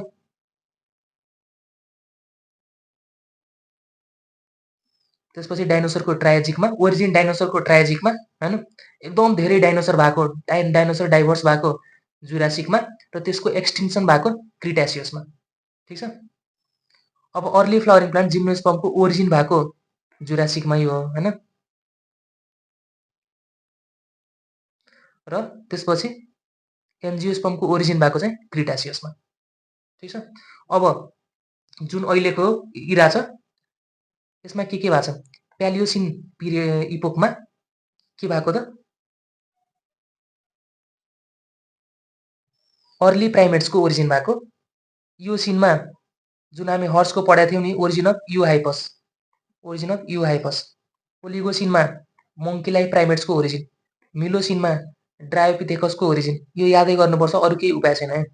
प्लायोसिनमा रामापिथेकसको ओरिजिन, र हाम्रो ओरिजिन मोडर्न ह्युमनको ओरिजिन कहिले भएको थियो त प्लिस्टोसिन, ठिक छ।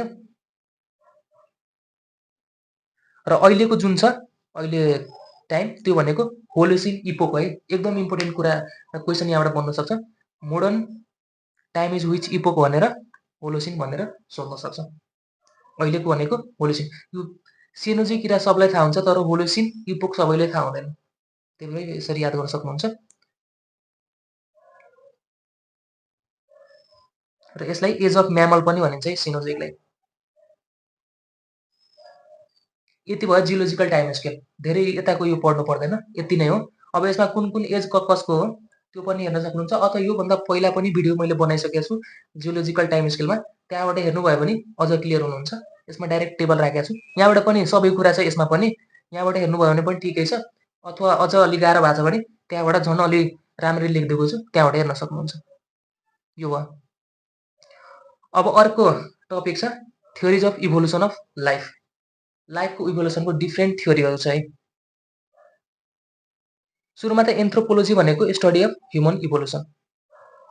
टी.एच. हक्सले ओरिजिन अफ ह्युमनको बारेमा एक्सप्लेन गरेको थियो। यसको बुकको नाम म्यान प्लेस इन नेचर।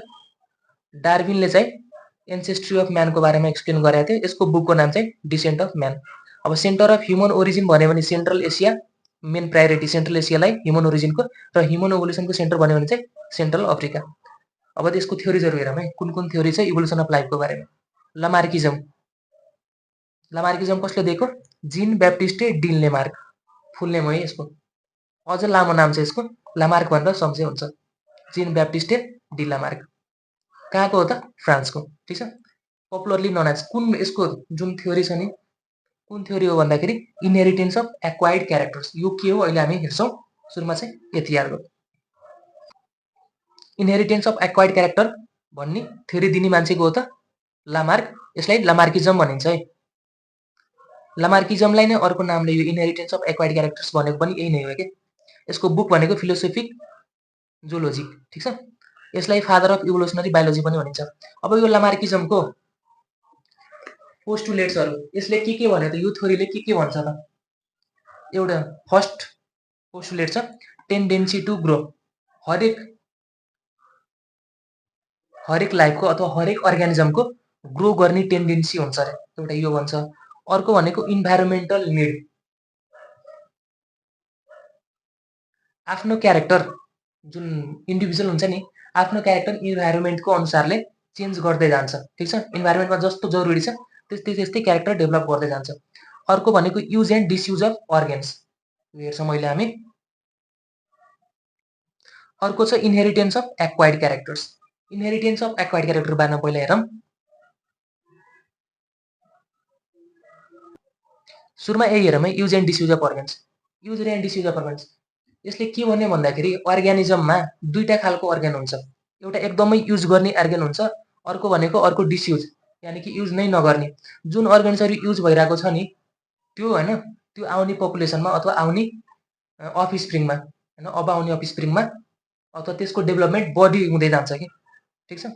र जुन युज भएको छैन, डिसयुज भएको छ नि, त्यसको चाहिँ एलिमिनेट हुँदै जान्छ, हट्दै जान्छ अर्ग्यानिजमबाट आउने अफस्प्रिङमा। यो कुरा भन्छ युज एन्ड डिसयुज अफ अर्ग्यानले। र अर्को जुन पोस्टुलेट छ नि इनहेरिटेन्स अफ एक्वायर्ड क्यारेक्टर्स, यसले के भन्छ भन्दाखेरि characteristics that an organism acquires during its life time are passed on its offspring.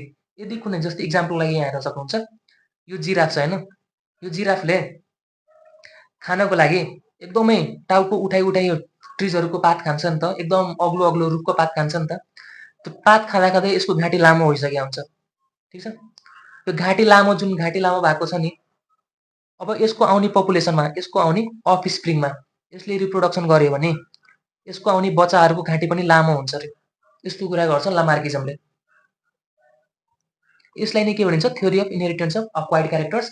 अफस्प्रिङमा यो जुन धेरै युज भएको लाइफ टाइममा जुन क्यारेक्टर आफ्नो लाइफमा डेभलप गर्यो नि, त्यो अफस्प्रिङमा पास हुन्छ अरे। यति नै पोस्टुलेट छ लामार्किजमको। अब यसको अझ राम्ररी बुझ्नको लागि यो फ्लो डायग्राम हेर्न सक्नुहुन्छ। यसमा के छ भन्दाखेरि इन्भाइरोमेन्टल चेन्ज भयो फर्स्टमा। ठिक छ। इन्भाइरोमेन्टल चेन्ज भयो। अब इन्भाइरोमेन्टल चेन्ज भएपछि त्यसको कन्डिसनहरू पनि चेन्ज हुन्छ कि, टेम्परेचर भयो होइन, त्यसको हावापानीहरू भयो, सबै चेन्ज हुन्छ।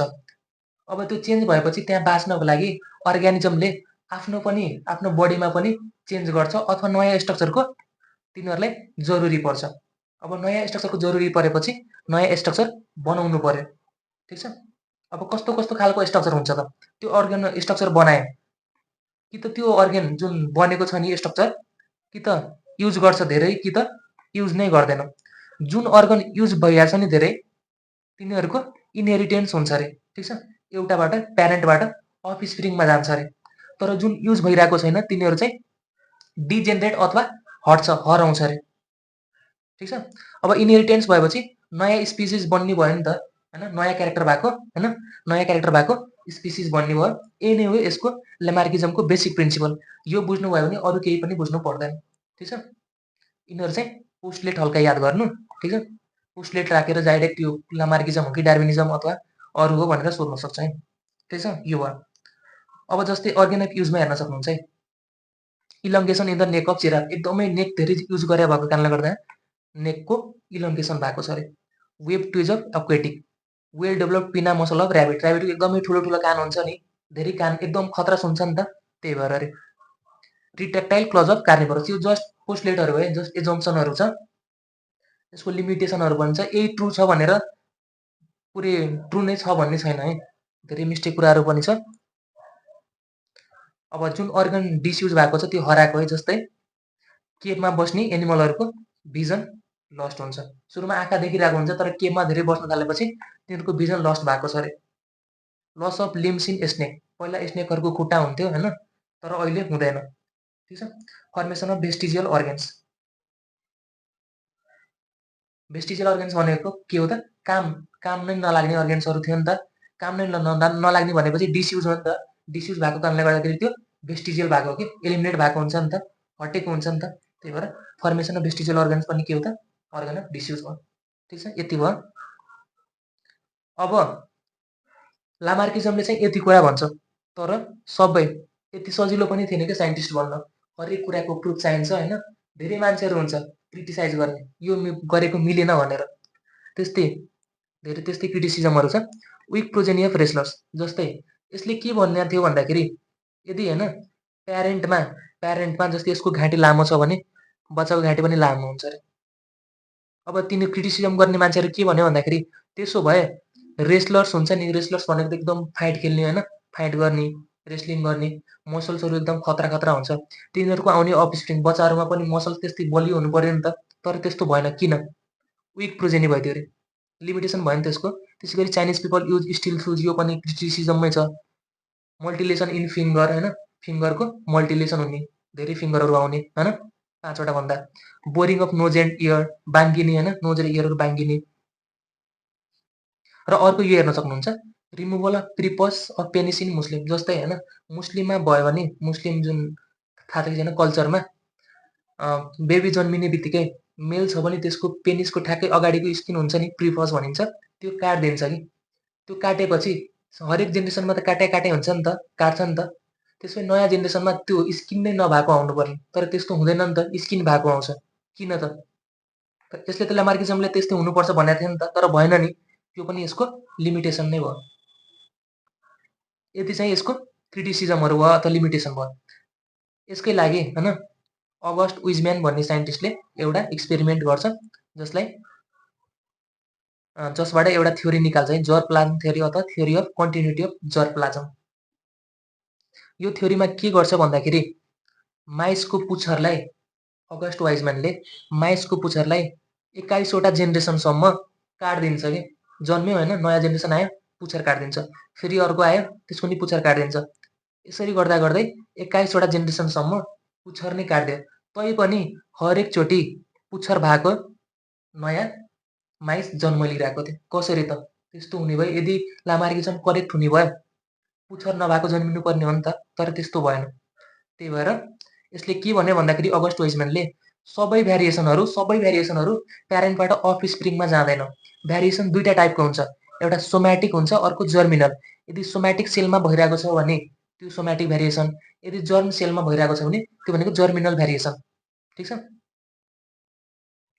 र जर्म सेलमा भएको भ्यारिएसन मात्र प्यारेन्टबाट अफ स्प्रिङमा जान्छ, अरू जाँदैन, ठिक छ। जर्मिनल सेल थोरै हुन्छ नि त, जर्म सेलमा भएको भ्यारिएसन मात्र प्रोजेनी अथवा अफ स्प्रिङमा जान्छ, अरू भ्यारिएसनहरू जाँदैन। यो थ्योरीले त्यही नै भन्छ, के भयो। अब लेमार्किजम त ठिकै छ होइन, न्यू लेमार्किजम भन्ने छ कि, यो भनेको लेमार्किजमकै फलोअरले लेमार्किजमको जति पनि क्रिटिसिजमहरू छ नि त्यसलाई हल्का मोडिफाई गर्छ कि, मोडिफाई गरेको थ्योरीलाई के भनिन्छ, new Lamarckism. Modified theory of Lamarck's, idea of the inheritance of acquired characters, लेमार्किजमलाई नै मोडिफाई गरेको थ्योरी, इन्भाइरोमेन्टको अनुसारले कि, इन्भाइरोमेन्टल निडको अनुसारले, ठिक छ। अर्को छ डार्विनिजम, अर्को थ्योरी कसले दिएको, चार्ल्स सोपर डार्विनले, इङ्ग्लिस नेचुरालिस्ट।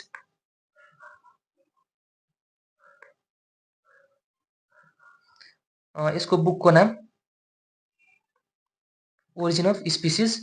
र डार्विनले के गर्यो भन्दाखेरि डार्विनले दिएको के गर्यो भन्दाखेरि त्यो नेचुरालिस्ट थियो कि होइन, एकचोटि घुम्न गयो, घुम्ने त्यसको काम नै थियो कि, घुम्न गयो, त्यो घुम्न जाँदाखेरि डिफ्रेन्ट ठाउँमा डिफ्रेन्ट कुराहरू एब्जर्भ गऱ्यो कि त्यो एब्जर्भ गरेर फाइनली डार्विनिजम भन्ने थ्योरी दियो। अब के गर्यो भन्दाखेरि सुरुमा त यो एउटा याद गर्नु कहिलेकाहीँ सुत्दिन सक्छ। जुन सिपमा घुम्न गएको थियो नि त्यसको सिपको नाम एचएमएस बिगल र कति वर्षसम्म भिजिट गर्यो भन्दाखेरि 5 वर्षसम्म। र ग्यालापागोस आइल्यान्ड भन्ने ठाउँमा जाँदाखेरि त्यहाँनिर फिन्चेस एब्जर्भ गरेको। अब फिन्चेस भनेको के हो त? यसलाई डार्विन फिन्चेस भनिन्छ। यो भनेको group of 18 species of passerine birds, ठीक छ। प्यासेराइन बर्ड्स भनेको स्प्यारो जस्तो एउटा यो क्लास नै हो कि बर्ड्सको क्लास नै हो, एउटै खालको हुन्छ। तिनीहरूको 18 स्पिसिसको ग्रुपलाई नै के भनिन्छ? डार्विन फिन्चेस। एब्जर्भ फिन्चेस ग्यालापागोस आइल्यान्डमा, यसलाई लिभिङ ल्याबोरेटरी अफ डार्विन पनि भनिन्छ है। अब यसको पोस्टलेटहरू मेन त पोस्टलेटर नै हो। Enormous fertility and over production. अर्ग्यानिजमले एकदम धेरै ओभर प्रोडक्सन रिप्रोडक्सन गर्छ है। त्यही भएर ओभर प्रोडक्सनको कारणले गर्दाखेरि स्पेस र फुड एकदमै लिमिटेड छ।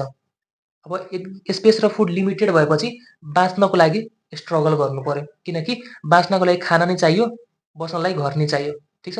सुरुमा ओभर प्रोडक्सन एकदम बढी रिप्रोडक्सन भइरहेछ। रिप्रोडक्सन बढी भएपछि धेरै पपुलेसन हुने भयो। पपुलेसन बढी भएपछि स्पेस र फुडको लिमिटेसन हुने भयो। लिमिटेसन भएपछि बाँच्नको लागि स्ट्रगल गर्नु पर्यो। अब स्ट्रगल दुईटा टाइपको हुनसक्छ, तीनटा टाइपको हुनसक्छ है। एउटा इन्ट्रा स्पेसिफिक, अर्को इन्टर स्पेसिफिक, अर्को इन्भाइरोमेन्टल। इन्ट्रा स्पेसिफिक भनेको विदिन स्पेसिस, सेम स्पेसिसमा मान्छे बिचमा भइरहेको छ भने स्ट्रगल अथवा झगडा भनेको त्यही नै हो हैन। मान्छेमा भइरहेको छ भने त्यो भनेको इन्ट्रा स्पेसिफिक, एउटै स्पेसिस हुनु पर्यो। एकदम खतरनाक हुन्छ है। आफै सोच्नु हैन, मान्छे बिचमा भएको झगडा खतरनाक हुन्छ कि मान्छे र अरू अर्ग्यानिजममा भएको झगडा खतरनाक हुन्छ? मान्छेमा हुने हो नि त खतरनाक, मोर लिथल। इन्टर स्पेसिफिक भनेको डिफ्रेन्ट स्पिसिसमा हुने। इन्भाइरोमेन्टल भनेको स्पिसिस र इन्भाइरोमेन्टमा। कसरी हुन्छ त? इन्भाइरोमेन्टको कन्डिसन एकदम खतरनाक भइदिन्छ, एकदमै हाई टेम्परेचर अथवा एकदमै लो टेम्परेचर भइदिन्छ। त्यतिखेर पनि त्यो स्ट्रगल गर्नु पर्यो नि त, त्यही भएर इन्भाइरोमेन्टल पनि हुने भयो। अर्को त्यसपछि स्ट्रगल फर एक्जिस्टेन्स गर्नको लागि डिफ्रेन्ट भ्यारिएसनहरू हुन्छ के, आफ्नो स्ट्रक्चरमा डिफ्रेन्ट भ्यारिएसन गर्छ। बाँच्नको लागि डिफ्रेन्ट भ्यारिएसन गर्छ। यदि त्यो भ्यारिएसन युजफुल छ भने अर्को अफस्प्रिङमा इन्हेरिटेड हुन्छ, भनेको पास हुन्छ, ठिक छ। र युजफुल भ्यारिएसन छ भने एडेप्टेसनमा मद्दत गर्ने भयो हैन, नयाँ इन्भाइरोमेन्टमा बाँच्नको लागि हेल्प गर्ने भयो। यदि हार्मफुल छ भने त्यो हराउँछ अर्को जेनेरेसनमा, ठिक छ। त्यसपछि नेचुरल सिलेक्सन हुन्छ है, ठिक छ। नेचुरल सिलेक्सन हुन्छ। नेचुरल सिलेक्सनले कसरी सिलेक्ट गर्छ भन्दाखेरि नेचरमा जुन एकदमै फिटेस्ट छ, एकदमै स्युट छ हैन, चेन्ज भएको इन्भाइरोमेन्टमा बस्न सकिरहेको छ भने त्यसको चाहिँ सर्भाइभ हुन्छ र अर्को नयाँ स्पिसिसको ओरिजिन हुन्छ अरे। फाइनली स्पिसिसको ओरिजिन नै भइरहेछ है। लेमार्किजममा पनि त्यही नै भइरहेको थियो, ओरिजिन अफ न्यू स्पिसिस। यसमा पनि ओरिजिन अफ न्यू नै स्पिसिस भइरहेको छ, ठिक छ। र यो सर्भाइभल अफ फिटेस्ट भनेर डार्विनले नि दिएको भन्छ, तर त्यो होइन है, हर्बर्ट स्पेन्सरले दिएको हो। नेचुरल सिलेक्सनकै कुरा गर्छ यसले पनि, तर नयाँ नाम छ सर्भाइभल अफ फिटेस्ट। जुन एकदमै फिट छ हैन, नयाँ चेन्ज भएको इन्भाइरोमेन्टमा तिनीहरू मात्र बाँच्छ, अरू चाहिँ मर्छ भन्ने खोजेको हो हर्बर्ट स्पेन्सर। फिटेस्ट अर्ग्यानिजम के कस्तो हो भन्दाखेरि, कसलाई फिटेस्ट अर्ग्यानिजम भन्न मिल्छ भन्दाखेरि त्यो इन्भाइरोमेन्टमा एकदमै बढी रिप्रोडक्सन गर्न सक्ने अर्ग्यानिजमलाई के भनिन्छ त? Fittest organism. यो भयो। अब यसैलाई नै सिम्पल फ्लो डायग्रामबाट अघिको जस्तै एकदमै ओभर प्रोडक्सन छ हैन। ओभर प्रोडक्सन भएपछि लिमिटेड स्पेस र फुड हुने भयो। त्यसपछि बाँच्नको लागि स्ट्रगल गर्नु पर्यो। स्ट्रगल गर्नको लागि डिफ्रेन्ट भ्यारिएसन, डिफ्रेन्ट चेन्ज हुन्छ, ठिक छ। डिफ्रेन्ट स्ट्रक्चरमा चेन्ज गराउँछ। यदि चेन्ज भएन भने एलिमिनेट हुने भयो त्यो अर्ग्यानिजम।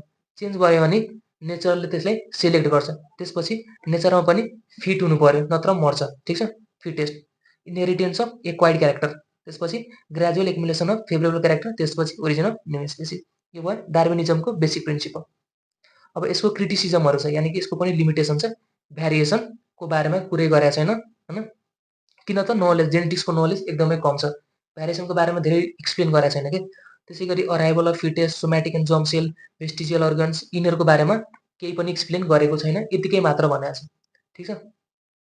अर्को छ न्यू डार्विनिजम। यसमा के छ भन्दाखेरि जुन नयाँ स्पिसिसको ओरिजिन भइरहेको छ नि, नेचुरल सिलेक्सनले गर्दा मात्र भएको होइन अरे।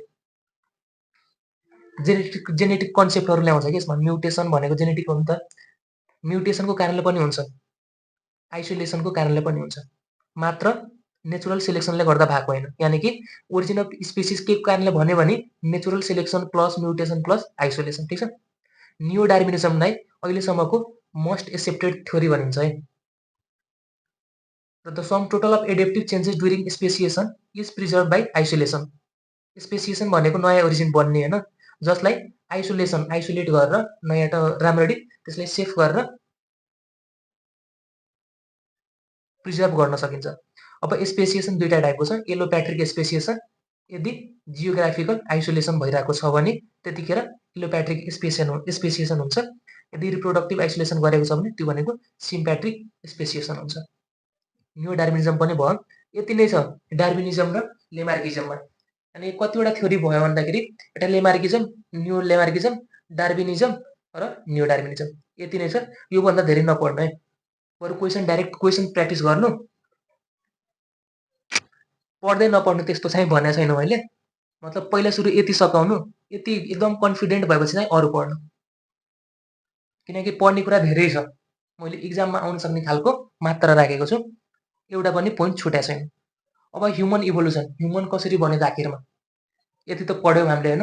ह्युमन कसरी आयो त, प्लान्ट एनिमल सबै हेऱ्यौँ, तर अब मान्छे हेरौँ न कसरी भयो। ह्युमनमा सुरुमा हेरौँ है, एकदमै सिरियली छ, सिरियल याद गर्नु है। सुरुमा म्यामल, थाहा छ म्यामल होइन, क्लास भनेर म्यामल थाहा छ। म्यामल पछि प्राइमेट्स आयो, यो भनेको अर्डर थाहा छ है, प्राइमेट्स आयो। त्यसपछि प्राइमेट्सको पनि दुईटा सब अर्डर छ, प्रोसोमियन्स, एन्थ्रोपोइड्स। प्रोसोमियन्सको इक्जाम्पलमा ल्युमुर्स राख्न सक्नुहुन्छ। ल्युमुर्स भनेको प्रोसोमियन्स। एन्थ्रोपोइड्स, अब यो प्रोसोमियन्स यति नै छ। एन्थ्रोपोइड्स फेरि एन्थ्रोपोइड्सको तीनटा सब फ्यामिली छ, new world monkey, old world monkey, hominids, तीनटा सुपर फ्यामिलिजहरू छ है। त्यसपछि होमिनिड्स पनि, यो जुन होमिनिड्स छ नि, एप र म्यानको कमन एन्सेस्टर हो है। क्वेसन आउन सक्छ, which is common ancestor of ape and man, serially छ। सुरुमा म्यामल, प्राइमेट, त्यसपछि prosimians, anthropoids, new world monkey, old world monkey, hominids, serially छ है। Common ancestor of ape and man, hominids. अब एपमा यो पनि सिरियली छ है। एपमा जीवन, त्यसपछि ओराङ्गुटन, त्यसपछि गोरिला, त्यसपछि चिम्पान्जी, सिरियली छ। सुरुमा जीवन, त्यसपछि ओराङ्गुटन, गोरिला, त्यसपछि चिम्पान्जी। एकदमै अर्लिएस्ट भनेको जीवन, मोस्ट प्रिमेटिभ र स्मलेस्ट। क्रानियल क्यापेसिटी कति हुन्छ, 100 सीसी, यानि कि दिमागको क्यापेसिटी के 100 सीसी।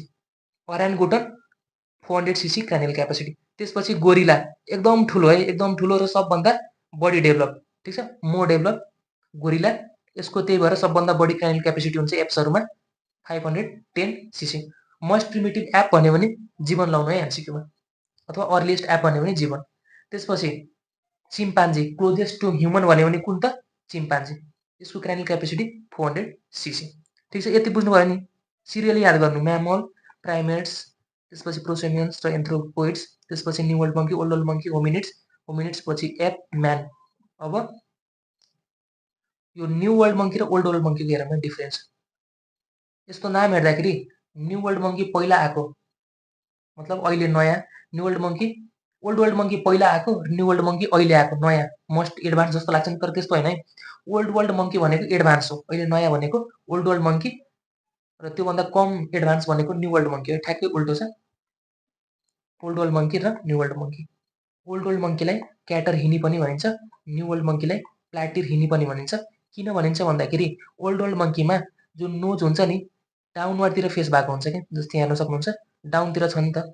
यसको नाक यसरी माथि आएको छ कि छैन, अलि यसरी माथि आएको छ कि, यसरी भएर यसरी माथि आएको छ, तर यसको नाक ठ्याक्कै तल छ। जुन अहिलेको क्युटवाला मङ्की छ नि, त्यो भनेको ओल्ड वर्ल्ड मङ्की। जुन पुरानोको पहिले भएको मङ्कीहरू चाहिँ ओल्ड वर्ल्ड मङ्की, कस्तो डर लाग्ने छ नि त, यो भनेको न्यू वर्ल्ड मङ्की, ठिक छ। अहिलेको चाहिँ ओल्ड वर्ल्ड मङ्की, ठ्याक्कै उल्टो छ। यसको डिफरेन्स हेर्न सक्नुहुन्छ, यसमा नन प्रिहेन्साइल टेल हुन्छ, भनेको प्रिहेन्साइल टेल हुँदैन, एकदमै लामो हुन्छ पुच्छर यसको न्यू वर्ल्ड मङ्कीको, यसको चाहिँ सानो हुन्छ है, ठिक छ। अरू पनि डिफरेन्स हेर्न सक्नुहुन्छ।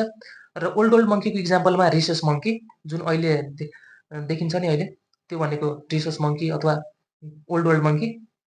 नामसँग कन्फ्युज नहुनु है। ओल्ड वर्ल्ड भनेको अहिलेको, न्यू वर्ल्ड भनेको पुरानोवाला स्पाइडर मङ्की। ठिक छ, यो भयो। अब एप पनि भयो, मङ्की पनि भयो। अब म्यानको हेर, मान्छे कसरी भयो त। प्रोसोमियन्स, यहीँबाट स्टार्ट गर्छु है म, यहाँबाट प्रोसोमियन्स सिरियल याद गर्नु। प्रोसोमियन्स भनेको सबभन्दा ओल्डेस्ट, त्यसपछि न्यू वर्ल्ड मङ्की। ठिक छ नि, यति थाहा छ। त्यसपछि ओल्ड वर्ल्ड मङ्की। अब यसपछिको अलि नयाँ नयाँ छ। के छ, प्रोकोन्सल। प्रोकोन्सल भनेको common ancestor of ape and man. यसलाई टर्म गर्ने मान्छे लिकी। प्रोकोन्सल र ड्रायोपिथेकस भनेको एउटै हो है। ड्रायोपिथेकसलाई डिस्कभर गर्ने मान्छे ई लार्टलेट र प्रोकोन्सललाई यस ड्रायोपिथेकसलाई नै प्रोकोन्सल नाम दिने मान्छे लिकी हो है, अरू केही छैन। ड्रायोपिथेकसको पोस्चर चाहिँ सेमी इरेक्ट हुन्छ है, पुरै सिधा हुँदैन, हल्का आधी मात्र सिधा हुन्छ। ठिक छ, कहाँबाट भएको थियो भन्दाखेरि यसको डिस्कभरी लार्टलेटले फ्रान्सबाट गरेको थियो। त्यसपछि ड्रायोपिथेकस पछि जीवनको बारेमा पहिले भनिसकेँ, ओराङ्गुटन, गोरिला, चिम्पान्जी। ठिक छ, अब यसपछि रामापिथेकस आउँछ है।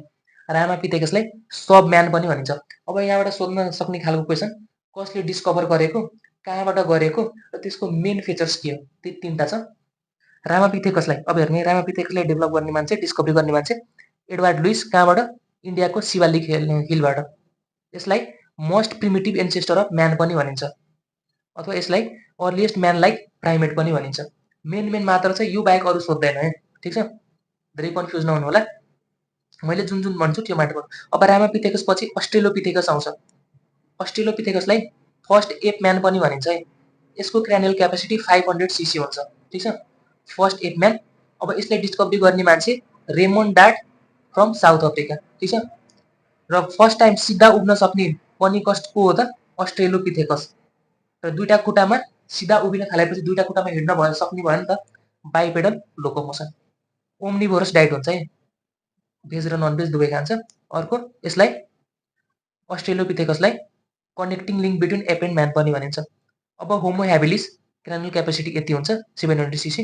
यसलाई ह्यान्डीम्यान पनि भनिन्छ। यसलाई कसले डिस्कभर गरेका थिए, लिकीले, कहाँबाट, अफ्रिकाबाट। यसलाई फर्स्ट टुल मेकर पनि भनिन्छ, फर्स्ट नट क्र्याकर पनि भनिन्छ, first probable fossil of modern man पनि भनिन्छ। यिनीहरू कार्निभोरस हुन्छ है, ओम्निभोरस पनि हुन्छ, कार्निभोरस बढी हुन्छ। ठिक छ, त्यसपछि होमो इरेक्टस। होमो इरेक्टसको पनि तिनवटा छ, Java man, Peking man, Heidelberg man. ठिक छ, जाभा म्यानलाई नै होमो इरेक्टस इरेक्टस भनिन्छ। सिरियल हेर्नु है, होमो इरेक्टस इरेक्टस भन्यो भने Java man, cranial capacity 900 cc. First time fire use गर्ने को भन्यो भने जाभा म्यान है। त्यसपछि पेकिङ म्यान, यसलाई होमो इरेक्टस पेकिनेन्सिस भनिन्छ, क्रानियल क्यापेसिटी 1075 सीसी। र यसलाई डिस्कभर गर्ने मान्छे WCP फ्रम चाइना। ठिक छ, अर्को हिडलबर्ग म्यान छ, यसको क्रानियल क्यापेसिटी योभन्दा त बढी नै हुन्छ हैन, 800 देखि 1300 सीसीसम्म हुन सक्छ। यसको अर्को नाम होमो इरेक्टस हिडलबर्गेन्सिस। डिस्कभर कसले गरेको, ओटो स्क्युटन, कहाँबाट, जर्मनीबाट। ठिक छ, अब त्यसपछि होमो इरेक्टस पछि यसकै हो, यो तिनटै यसकै हो। होमो इरेक्टस पछि नियन्डर्थल म्यान आउँछ। यसको क्रानियल क्यापेसिटी 1450 सीसी छ। ठिक छ, यसलाई डिस्कभर गर्ने मान्छे सी फुल रोड, कहाँबाट त, जर्मनीबाट। यसलाई फर्स्ट केभम्यान पनि भनिन्छ, फर्स्ट चोटि मरेको बडीलाई गाड्ने मान्छे पनि नियन्डर्थल म्यान हो है, विथ फ्लावर्स भनेको हल्का कल्चरल डेभलप भइसकेको थियो कि यिनीहरूमा, नियन्डर्थल म्यानमा। र एनिमल स्किनलाई क्लथको रूपमा युज गर्ने फर्स्ट टाइम कसले हो त, नियन्डर्थल म्यानले। अर्को क्रोम्याग्नन म्यान, यसको क्रानियल क्यापेसिटी 1650 सीसी। सबभन्दा बढी क्रानियल क्यापेसिटी हुन्छ है क्रोम्याग्नन म्यानको, एकदम इम्पोर्टेन्ट क्वेसन छ। 1650 सीसी। यो म्यानसँग सबभन्दा क्लोजेस्ट हुन्छ है, अहिले जुन मोडर्न म्यान छ नि, सबभन्दा क्लोजेस्ट भनेको को हुन्छ, क्रोम्याग्नन म्यान। यसलाई डिस्कभरी गर्ने मान्छे म्याक्ग्रिवर फ्रम फ्रान्स। यसैलाई होमोसेपियन्स फोसिलिस पनि भनिन्छ, र यसलाई क्लोजेस्ट एन्सेस्टर अफ म्यान पनि भनिन्छ हैन, क्लोजेस्ट भन्ने हालेँ मैले। अर्को डाइरेक्ट र इमिडिएट एन्सेस्टर अफ म्यान भन्यो भने पनि क्रोम्याग्नन म्यान नै छ।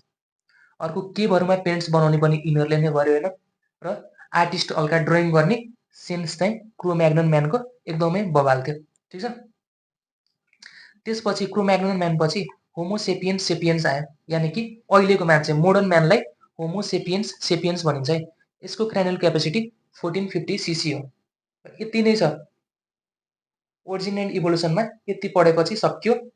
जियोलोजिकल टाइम स्केल र ह्युमन इभोल्युसनको पहिला पनि मैले अलरेडी सानो सानो भिडियो राखिदिएको छु, त्यो पनि हेर्नुभयो भने अझ झन् क्लियर हुन्छ है। अन्त यति पढ्नुभयो भने 4 देखि 5 वटा क्वेसन इक्जाममा फिक्स आउँछ नै। फास्ट भएको छ भने स्लो गरेर हेर्न सक्नुहुन्छ, किनकि 20-25 घन्टा लाएर पढाउने च्याप्टरलाई मैले डेढ घन्टा जतिमा सकाएको छु। अलिकति फास्ट हुनसक्छ, स्लो गरेर हेर्न सक्नुहुन्छ। र यस्तै अरू पनि च्याप्टरको भिडियो चाहिन्छ भने तपाईँहरू हाम्रो प्राइभेट ग्रुप जोइन गर्न सक्नुहुन्छ है।